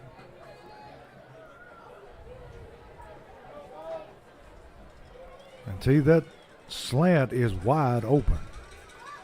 Got a hand to KJ. KJ moving downfield for a short gain. Going to bring up 3rd down and goal. And KJ's helmet's busted up here, T. He's having to come out of the game. They're working on his helmet. Hurst comes out too. Miltier stays in. And either they're going to try to pass or they're going to let Devin Crenshaw try to get his 3rd touchdown tonight with his legs. Yeah. And bringing in number 6, T. Number 6 for the Jackets, Timothy Bush. Yeah, Timothy Bush lined up wide to the right. And we got a referee stopping the play. Timeout, Springfield. So we'll take a real short break, and we'll be right here to see. And that's a problem. The coach, nobody called a timeout. No one called a timeout. Coach Wilson just said, you got to wind the clock. So he's arguing with the referee that nobody called a timeout. No one did. Coach just he winded his hand of like. So they're bringing him back on it. There is no timeout. They're bringing him back out on the field. Nobody called a timeout. Coach winded his arm of like the clock. Nobody reset the play clock. Yeah. They're having trouble with the clock. And the official blew the whistle. And he didn't even look at Coach. He just heard him holler from over there, turned his back and called a timeout. Yeah, you can't assume. Yeah, I saw our clock keeper at halftime, and he said the clock is not responding like it should. Oh, wow. It's jumping around. So it's 3rd and goal for the Yellow Jackets. Crenshaw takes a snap, just going to try to run it off tackle. Still up. We got a penalty flag thrown in from the back, and you have to think that's going to be a holding. We got holding against the Yellow Jackets. So they'll repeat 3rd down.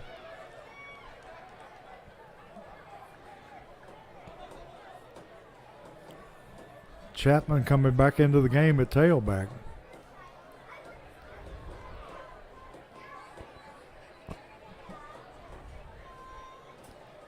They're going to mark off the penalty. So now it's going to be 3rd and goal from about the 14-yard line.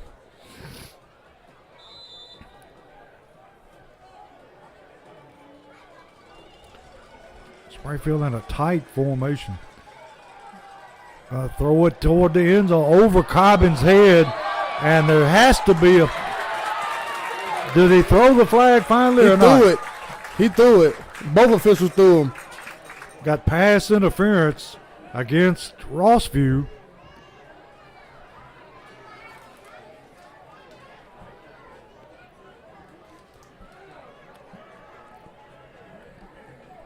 Shouldn't that be an automatic first down? Should be.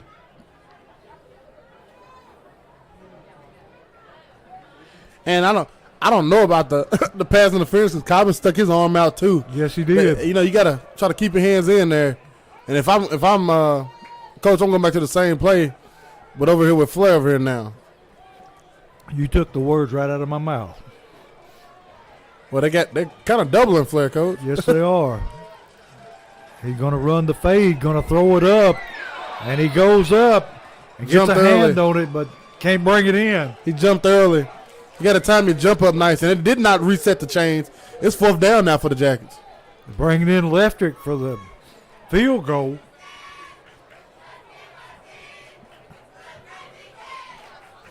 How was that not a first down, though? I don't know on that one.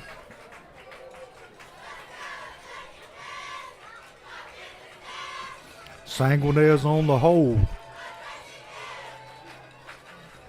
Snap low, kicks up, and the kick is good. Leftrick nails one to make it 17-7 Springfield. 5:41 in the 3rd quarter.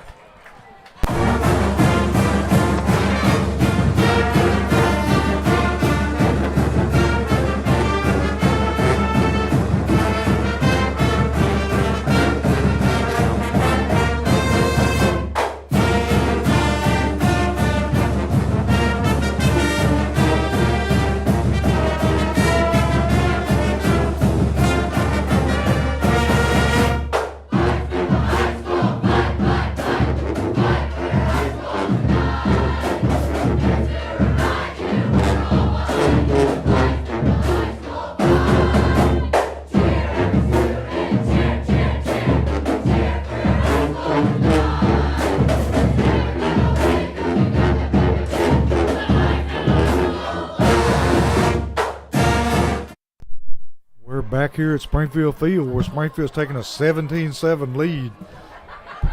Left it with a high, long kick deep in the end zone, and Rossview be starting at their own 20-yard line this time.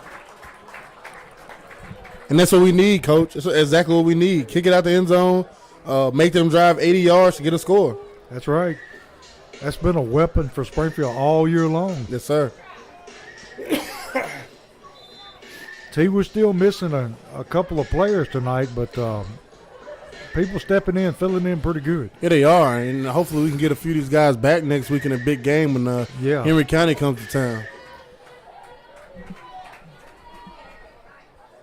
Rossview with the football. Put a man in motion, going to hand to the tail, back up the middle. Going to be hit there first by Grundy and then finished up by Woodard. Miltier flying in, Coach, and he missed the tackle there. If he'd have put his head down, well, not down, I'll tell you, if he put his head on that helmet, if he put his helmet on that ball, it was coming out there, Coach. He was on the move. Going to be second down and 9 for the Hawks.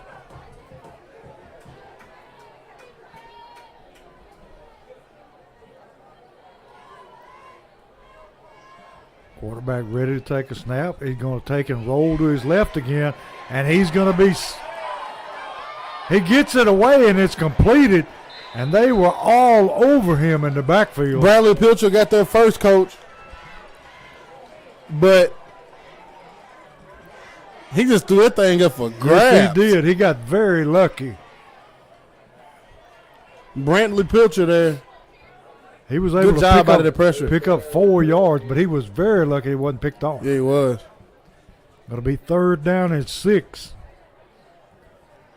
from the 24-yard line of Rossview.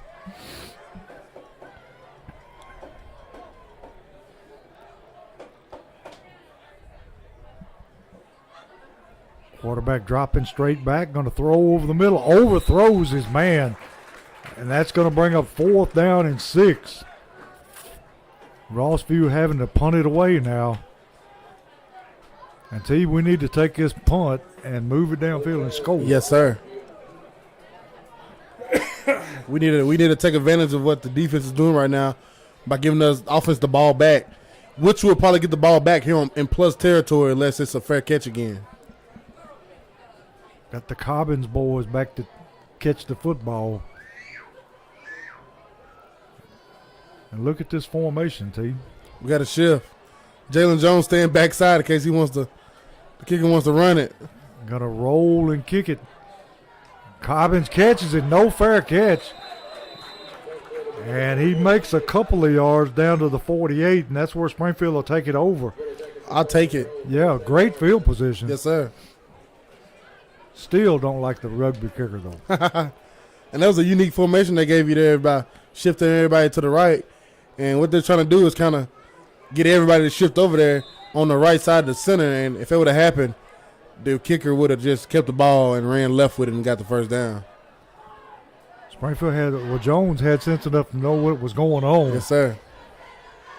Crenshaw takes the snap, going to pull it down and run it.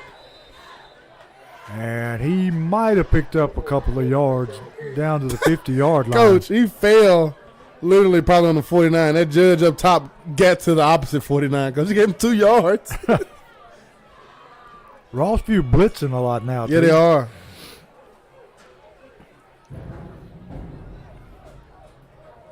Be a nice time for a screen, but who would you throw it to? You know, with your 2 starting running backs out tonight, Coach, there's only so much you can do. That's right. Second down and about 8. Crenshaw looking, throwing deep down the field, looking for Flair. And he had the football in the ground, knocks it loose. And that ground knocked the air out of him, Coach. Yes, it did. He's still down on the ground. Landed back first. Yeah, he did. I'm sure if you asked him, he would say, like, I should have caught that. Yeah. But great effort that time. Going to bring up third down at about 8. And he's still just jumping a little too early, Coach, on Yes, those he is. on receptions. His time is just off just a little. Yeah, and you expect of somebody who hasn't played football since 8th grade, coming out here as senior, and he just, a little bit off of when to, jump up and get it. So T, it's 3rd down and 8 from, well, you might as well say the 50-yard line. Knows the ball's on the 50. And, in basketball, that's the thing. Be the first one off the ground. That's Yes. the game. So, in football, it's not like that. You don't want to be the first one off the ground. You want to be time it up and high point the ball. Right. We got twin receivers to the right, single receiver left. Rossview showing blitz. Here they come. Crenshaw rolling away from it and completes it out there to Cobbins for the catch and the first down. Holman Jewelers first down. Cobbins knew right where the sticks were and sat down, and Crenshaw delivers a strike. Great dart there by Crenshaw, and what a catch there by Clarence Cobbins. First down, Jackets. Springfield waiting to get the play in from the sideline.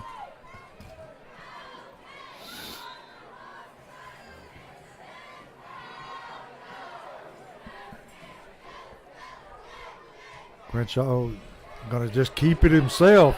Cuts it up the middle, still rolling. And he's going to move it for a first down and still moving. Another Holman Jewelers first down, and he just bulls his way down the field. We rumbling and bumbling, Coach. Knocked his helmet off. He got his towel knocked off his helmet. They molested him in that pile, Coach. Yeah, they did. So if Betts has to come in and quarterback for one play, right? Yep, yes, sir. Let Devin fix himself, Coach. Yeah. Taylor Betts in at quarterback while Crenshaw gets his helmet back together. Bringing Kamari and Flair back into the game. Parker Best, the sophomore,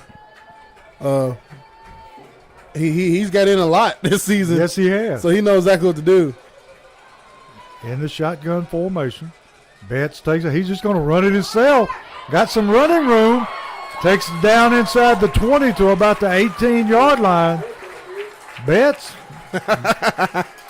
He's like, okay, I've seen this before. Yeah. I can do the same thing.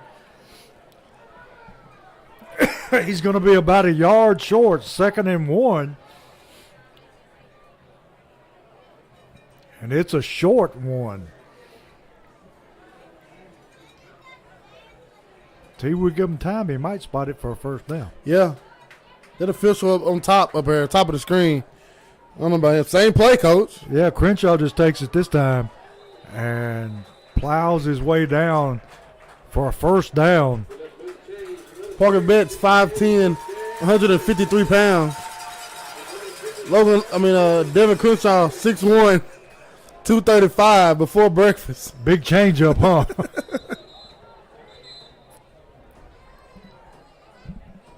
Be Springfield's football, 1st and 10 at about the 15-yard line.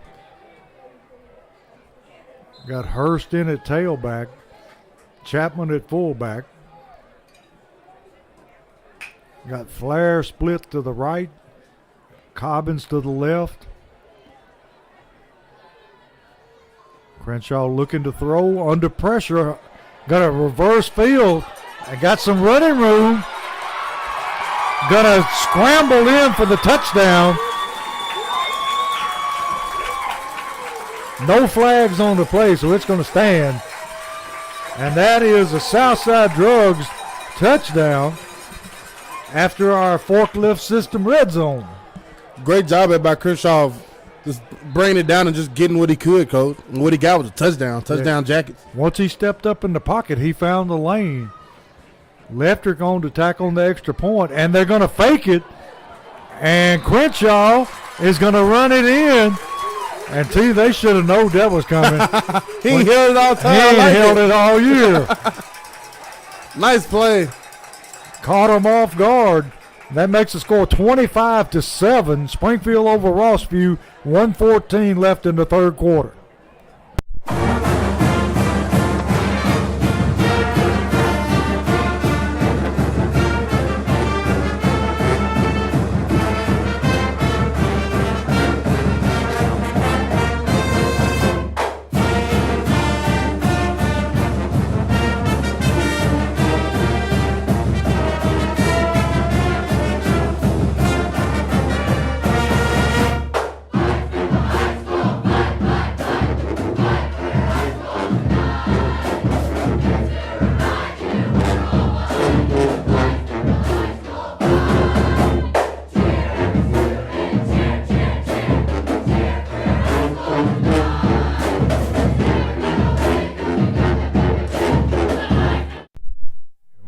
back here at Springfield Field, where Springfield has taken a 25-7 lead over Rossview. Leftrick on to kick it away, and he does just that.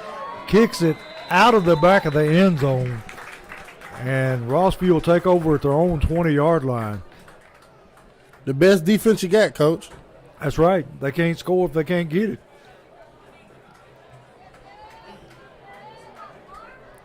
Big crowd still hanging around. Homecoming night for the Yellow Jackets.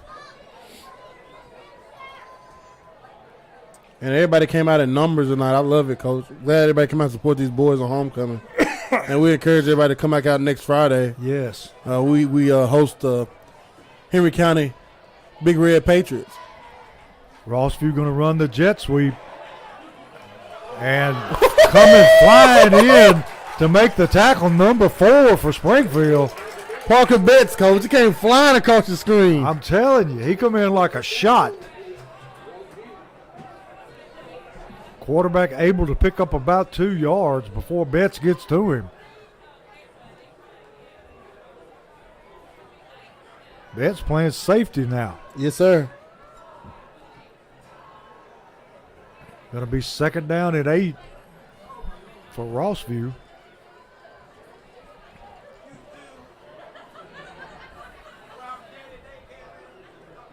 Rossview in that empty backfield, put a man in motion across the set. Going to hand him the football again. And number 30 for Springfield played it about as well as you can. Yes, sir. Number 30 for the Jackets. Brantley Pilcher, the senior coach, making another play. He's been on quite a few of them tonight. So it's going to bring up third down at about 5 for the Hawks. 5 seconds and counting in the third quarter. And I think that's going to be the end of the third quarter. Springfield up 25-7 over Rossview.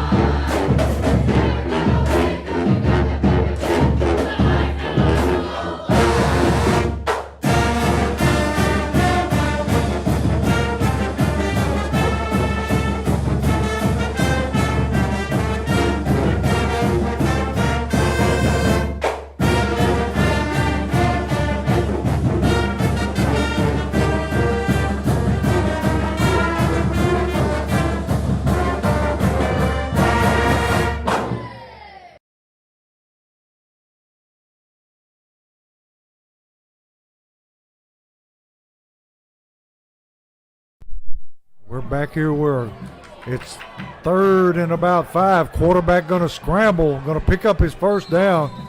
Driven out of bounds there by number 30, right at the 50-yard line. Pilcher did a good job there on that sideline, and when he hit him, he fell himself instead of, getting the extra 15 yards. Don't give him nothing. So it's going to be first and 10, and they spot it way back at about the 47-yard line. Looked like he made a little bit more than that, but we will take it. It'll be first and 10, Hawks.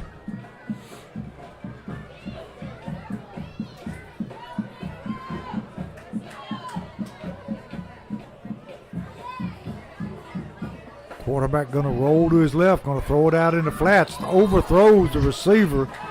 And they got a penalty flag thrown in late. Going to have a personal foul called on Jones.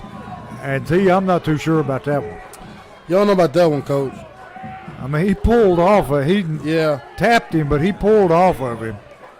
I don't know about that. I was begging for something. Yes, it was. I mean, if Jones wanted to hit him, he would. He could have hit him. Yeah, he could have hit him. That's a pretty tic-tac foul.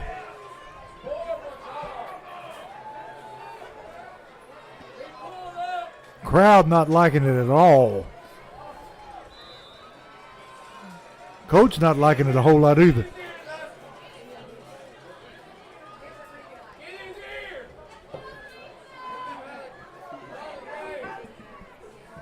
I think Coach Wilson's trying to explain the rule to him.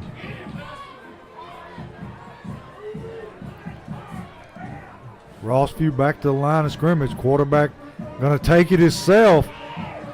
And Big Turner back there to make the tackle. Another one.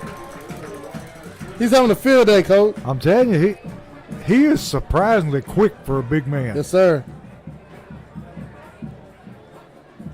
Coach still talking to the referee.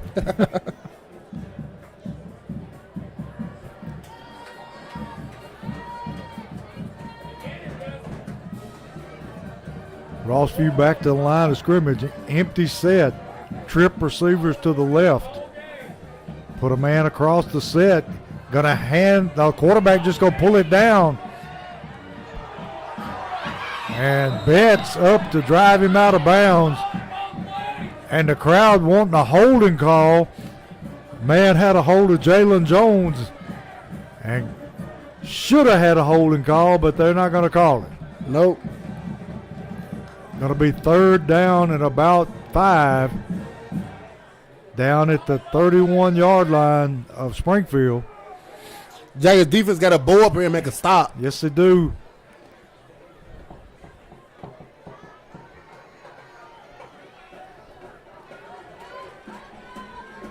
Rossview in that pistol formation this time. Going to try to draw them off sides with a long count. And Rossview going to take a timeout, and we'll step away and be right back.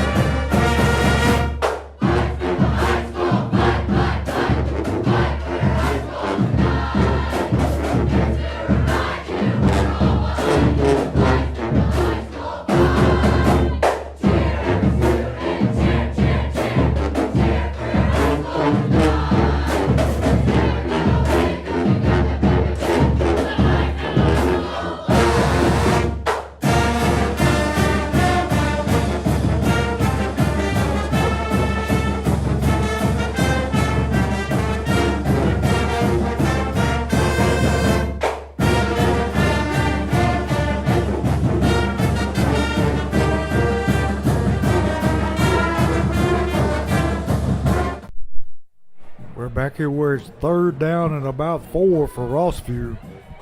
Quarterback drops back, going to throw over the middle. Got his man over the middle, going to be short of his first down. Going to bring up 4th down and 1. Joe Wood will come make the play again. And see, if they keep moving the football up, they may move it up for a first down. Second quarter, Good Pasture 20, Liberty Creek 0. Final over in East Tennessee, Maryville 42, Science Hill 14. Powell 33, Knoxville Halls 3. Rossview up to the line of scrimmage, 4th down and 1.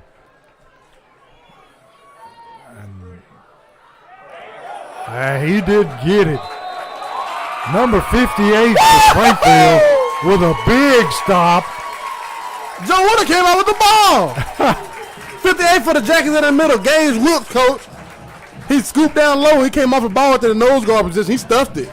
And what kind of formation was that? I don't know about that one. Either way, it didn't work. They tried to sneak it in there, and the Jackets recognized it. They saw it on film, and they attacked it. So it's 1st and 10 Springfield from their own 30-yard line. Crenshaw takes a snap, looking downfield, looking, under pressure, rolls out, still looking, and just throws it into the sideline, which is probably a good decision. Yes, sir. And here you go, Coach. I know a lot of people talking about the Portland Panthers this year, starting off 4-1. Only loss on the season coming week 1 against Westmoreland. Right now in Macon County, the 4-1 Portland Panthers 7, Macon County 42. Woo.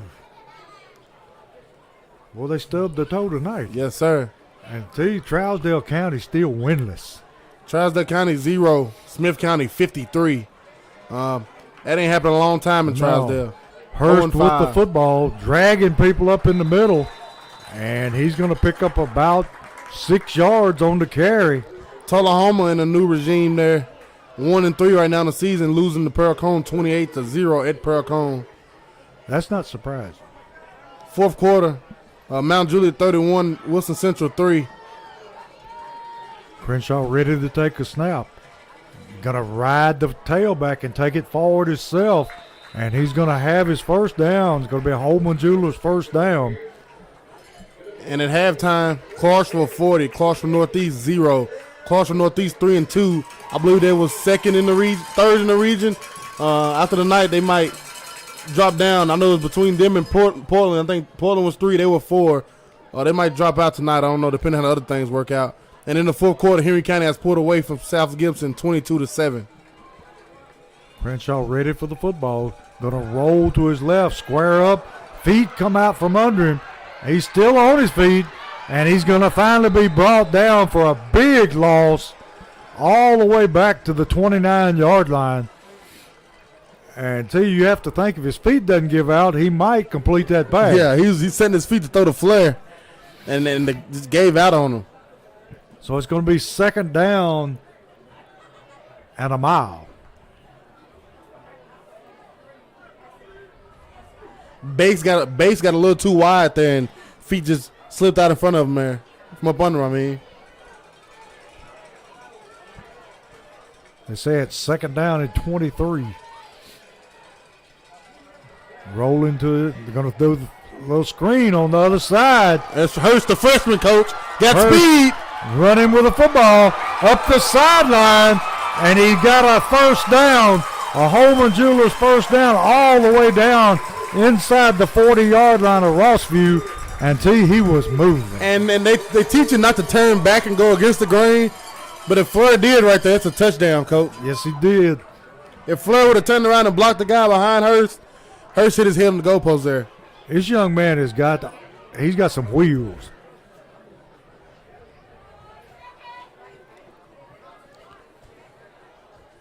Fourth quarter, Haywood 42, Melrose 16.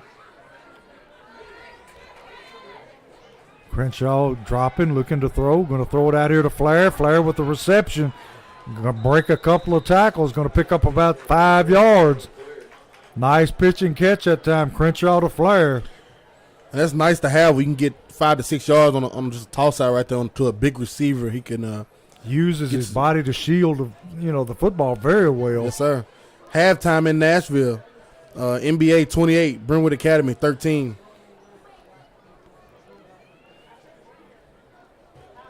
NBA that tough, or is Brentwood down this year?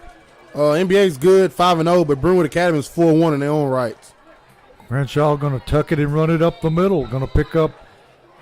We'll have to see where they spot it. He is awfully close to his first down. And he is sitting on the ground holding his ankle. He took his shoe off. His shoe come off. That's a lot better. Yes, sir. Springfield in the lead, 25-7, 6:58 in the fourth quarter. Trying to salt this one away.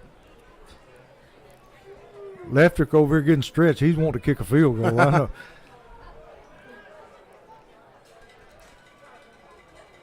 Crenshaw puts a man in motion. They snap it straight to the fullback, KJ Chapman, and he takes it on down about the 24-yard line.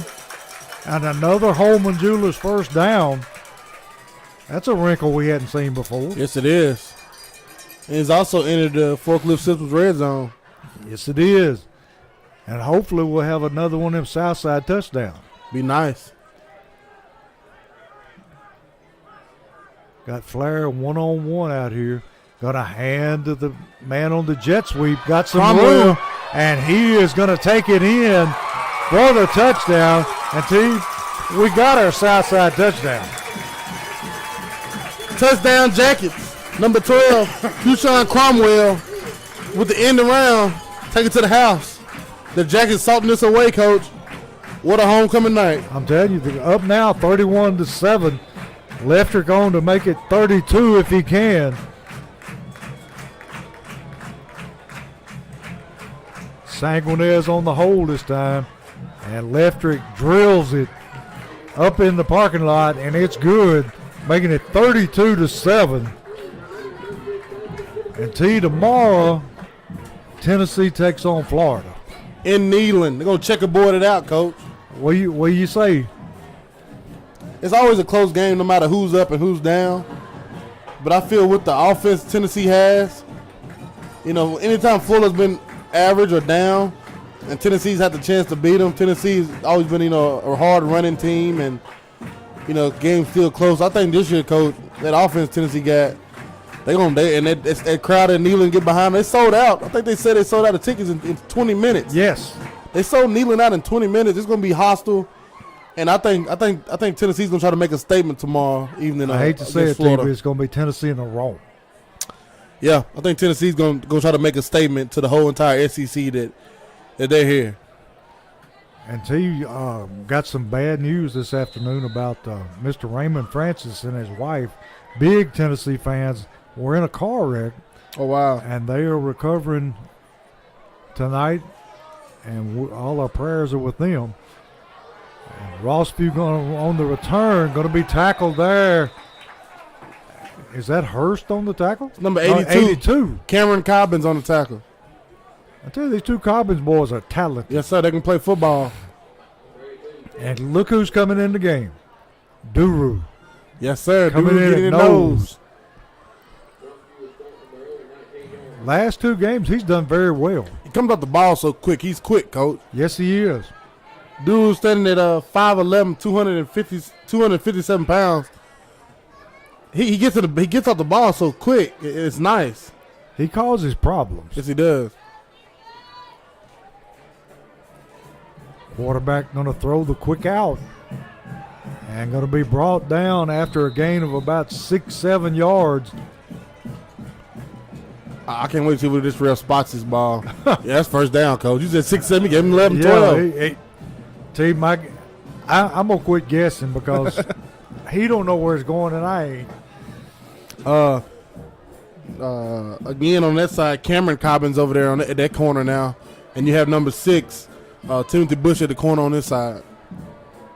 Rossview going to throw the quick out again. This time going to be knocked out of bounds fairly quick by 82. Again, Cameron Cobbins. And you got that new safety back there, Coach, number 8, Andy McBurdy. That receiver was lucky that time that Cobbins got to him before Jones did. And next week we'll be here back in the nest to welcome the Henry County Patriots, which will be a big game with a lot of implications on who will win Region 7 5A. And we owe them something from the last time they were here. Last time they was here, was that 28 to nothing? Yeah, in playoff. 28-0 win in the quarterfinals for them here in Springfield. So they're coming back to town next Friday, and I think the Jack is faithful, and the Jack is going to be ready to welcome them. Referee sending out a player for having his shirt tail out. That's second time tonight, Coach. Yeah. Different team. Bringing Flair in to take his place. And we've got a timeout, Springfield. And we'll take a real short break and be right back.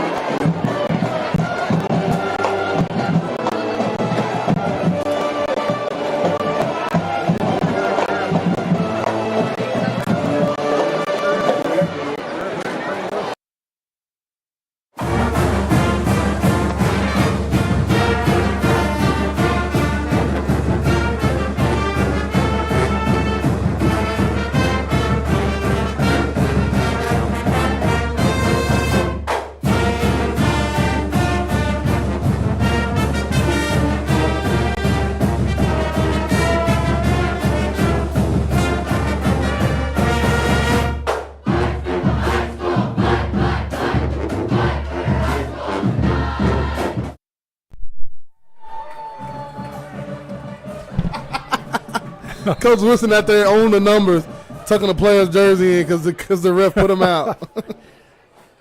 Quarterback under pressure, throwing deep down the sideline, overthrows his receiver. And this quarterback is just like last night, Coach, at the Dixon Middle. Got an arm. He just overthrows too much. Yeah. He overthrows his receivers. He is not going to get sacked. No.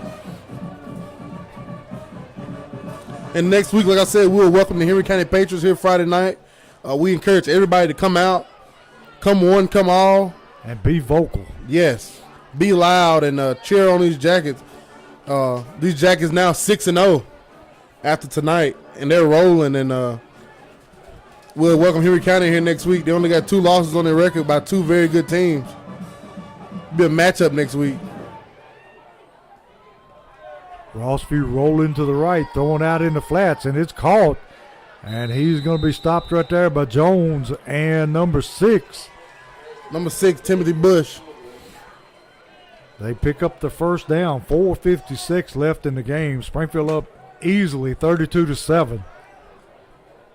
Seeing a few new players trickling in and out, T. Yes, sir.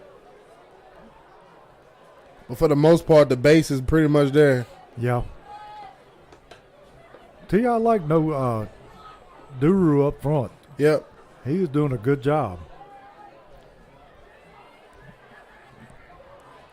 Quarterback going to roll to his left.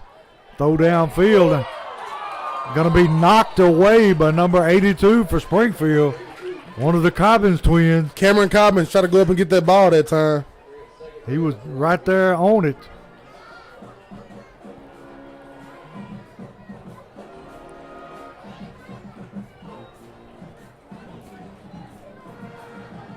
And see, you as a defensive lineman, it just wears you out when these teams throw the football all the time. Yeah, it is. But you're rushing every play. The thing is, if you're the DN, just stay outside. Yeah. And force him to run inside. And then on third down, long ones, just put your best pass rush move on and go get him. Going to run the jet sweep this time. Found some running room. Going to take it down to about the 35-yard line of Springfield. Going to be stopped there by Betts. That is Betts, right? I don't believe so. Number 8? Number 8. That's McBready in there now. Okay. Andy McBready, the junior. And that time, you still have Pilcher still out there, outside linebacker. And he lost contain on that. Yes, he and did. He's the reason they got that yardage right there. Got to stay outside, keep it outside shoulder free, and force their play back inside. So it's going to be 1st and 10 for Rossview from the 35-yard line of Springfield. Going to run the same play. And that time Flair steps up, makes the tackle for a short gain.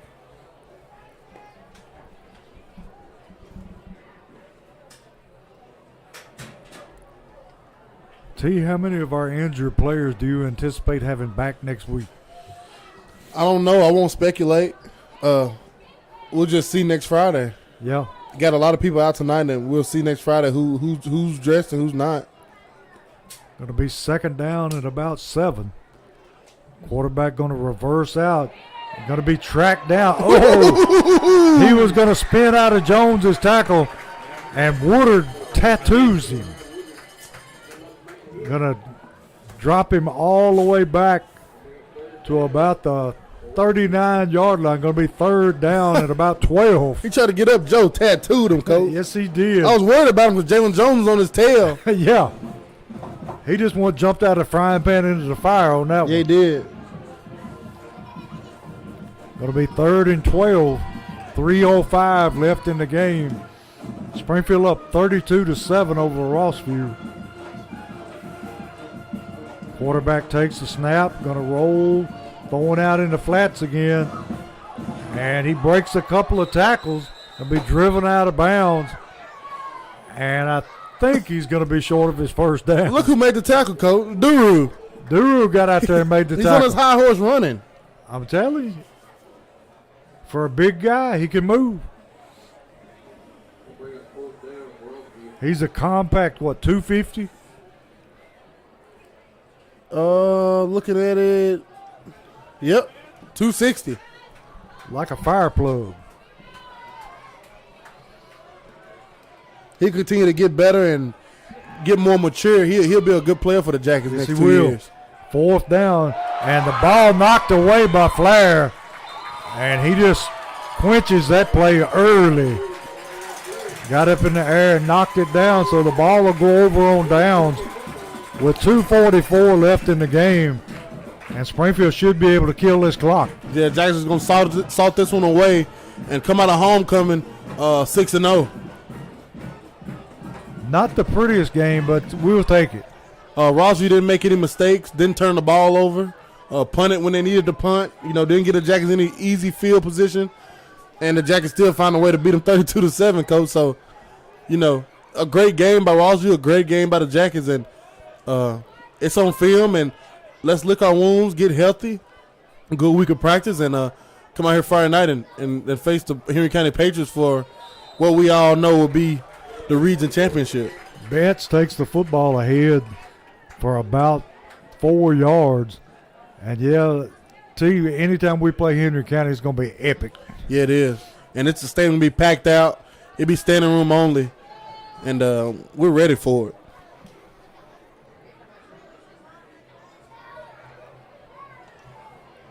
Betts taking his time. Play clock down to 16. Going to milk it for all it's worth. 2 minutes, 9 seconds left in the game. And see who's let's see, is number 41. 41? Yes, sir. That's Joshua Philippe. And he's going to get his carry and picks up his first down. Holman Jewelers first down. And see, this man got a little speed too. He's fast, Coach. He got burners. And what grade is he in? Philippe is a sophomore. Another young player. I mean, they're undefeated on the JV season also. Really? Yes, so the young guys are beating everybody that the varsity is beating on Fridays. They're beating them on the next Monday, Coach. So we're looking good for the future. Yes, sir. And I think this Monday they'll head to Rossview and play their JV team. And, those guys that's in now will be traveling up every Monday evening. Springfield in that victory formation, 1:14 left. And we got, looks like it's going to be a delay of game on Springfield.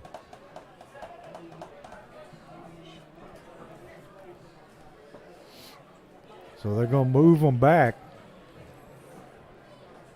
with 1:12 seconds left. And tell you, what are some things that Springfield needs to work on between now and that big game coming up next Friday? I know tackling has to be at the top of the list. Tackling, just sustaining drives continuously. More pad level lower up front when it comes to offense and defensive line, because we know we're going to get next week. We're going to get straight, hard-nosed, run, and try to stop it. And opposite, we got to come back and try to do the same thing, and we got to have our run game to open up our pass game. And Henry County going to be huge up front. Yes, sir. They always are. And they still have an offensive tackle committed to Arkansas. Yeah. I forgot his name. Big guy. Luke Brown. He set up at Luke Brown, number 76. He's committed to Arkansas. Big offensive tackle. We got to get around him, Coach. They're going to run the ball behind him all night. Yeah. Springfield takes the final snap. Just going to let the clock run out. So Springfield comes away on homecoming night with a 32-7 win over Rossview. And Rossview not a bad football team. No, they're not. And they've lost to, Clarksville and Northeast in the region, but they're not bad. And there is some nice things tonight. Honestly, I think that they're better than Clarksville. Yep. They play ball tonight. But like T said, next week we need to pack the house. Yes, sir. I want to see everybody in here. Let's be loud. Let's be proud for these Jackets. And let's cheer them on to go try to beat 7-0. And if you 7-0 and you beat if the Jackets, they're 6-0, they come in next week and they can get a win over here kind of here behind a big crowd and can be 7-0 heading, on to beach. Then you start looking towards things of, Jackets really got something brewing here. So these next 2 weeks will dictate a lot on this Jacket season. got a rough 2 games coming up with Henry County at Beach, Yes, sir. especially when you have to go to Beach. Yes, sir. And you know, at Beach game, Coach Wilson could have easily, you know, scheduled anybody Yeah. the week after Henry County, you know, lick your wounds and win or lose, get back healthy. But literally, he went out and get the best of the best. That's right. Out of region, let's play hard teams. Yeah, you get better by playing the best. Yes, sir. And see, next week we'll be on the air again. And then hopefully when we play Beach, they'll let us in the press box this time. Yes, sir. It'd be nice if they would, huh, Coach? Yeah. And I got some stats here for you. On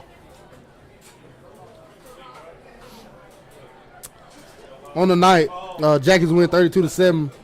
David Crenshaw 95 passing yards, 106 rushing yards, 3 touchdowns, and that's all you need to know, Coach. Those 3 rushing touchdowns kind of salted it away. Springfield, they didn't come out playing their best, but they did enough to get the job done. Yeah, they did, and they cut it on there at the end, and the Jackets took it away. And see, next week we'll have to step it up a notch.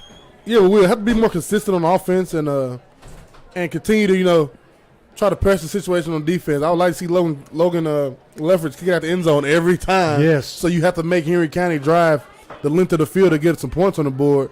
And I think that's really the big key there. Logan Leffridge's foot and how balanced we are on offense. Yeah, that's the only way that Rossview scored tonight was on that big return on the kickoff. And, you know, next week we just can't afford those things. No, we can't. Kick it out the end zone and make Henry County drive the length of the field to beat you because they haven't been very consistent offensively this year, beating people up and just driving up and down the field. Yeah. That's not what they've been doing this season. So kick it out the end zone, make them drive the length of the field, and when you get the ball, balance attack and pass and run it and mix it up on them. And we just hope everybody turns out next week, and we put another one in the win column tonight, too. Yes, sir. Tonight makes the Jackets 6-0 and sitting here top 5 in 5A in the state of Tennessee. And the Jackets got something here, and I hope everybody comes out next week and gets to see it. And if you can't come out, tune in, and we'll be on YouTube again next week. Yes, sir. And for Terrence Summers, this is Kenneth Holman, and we wish everybody a happy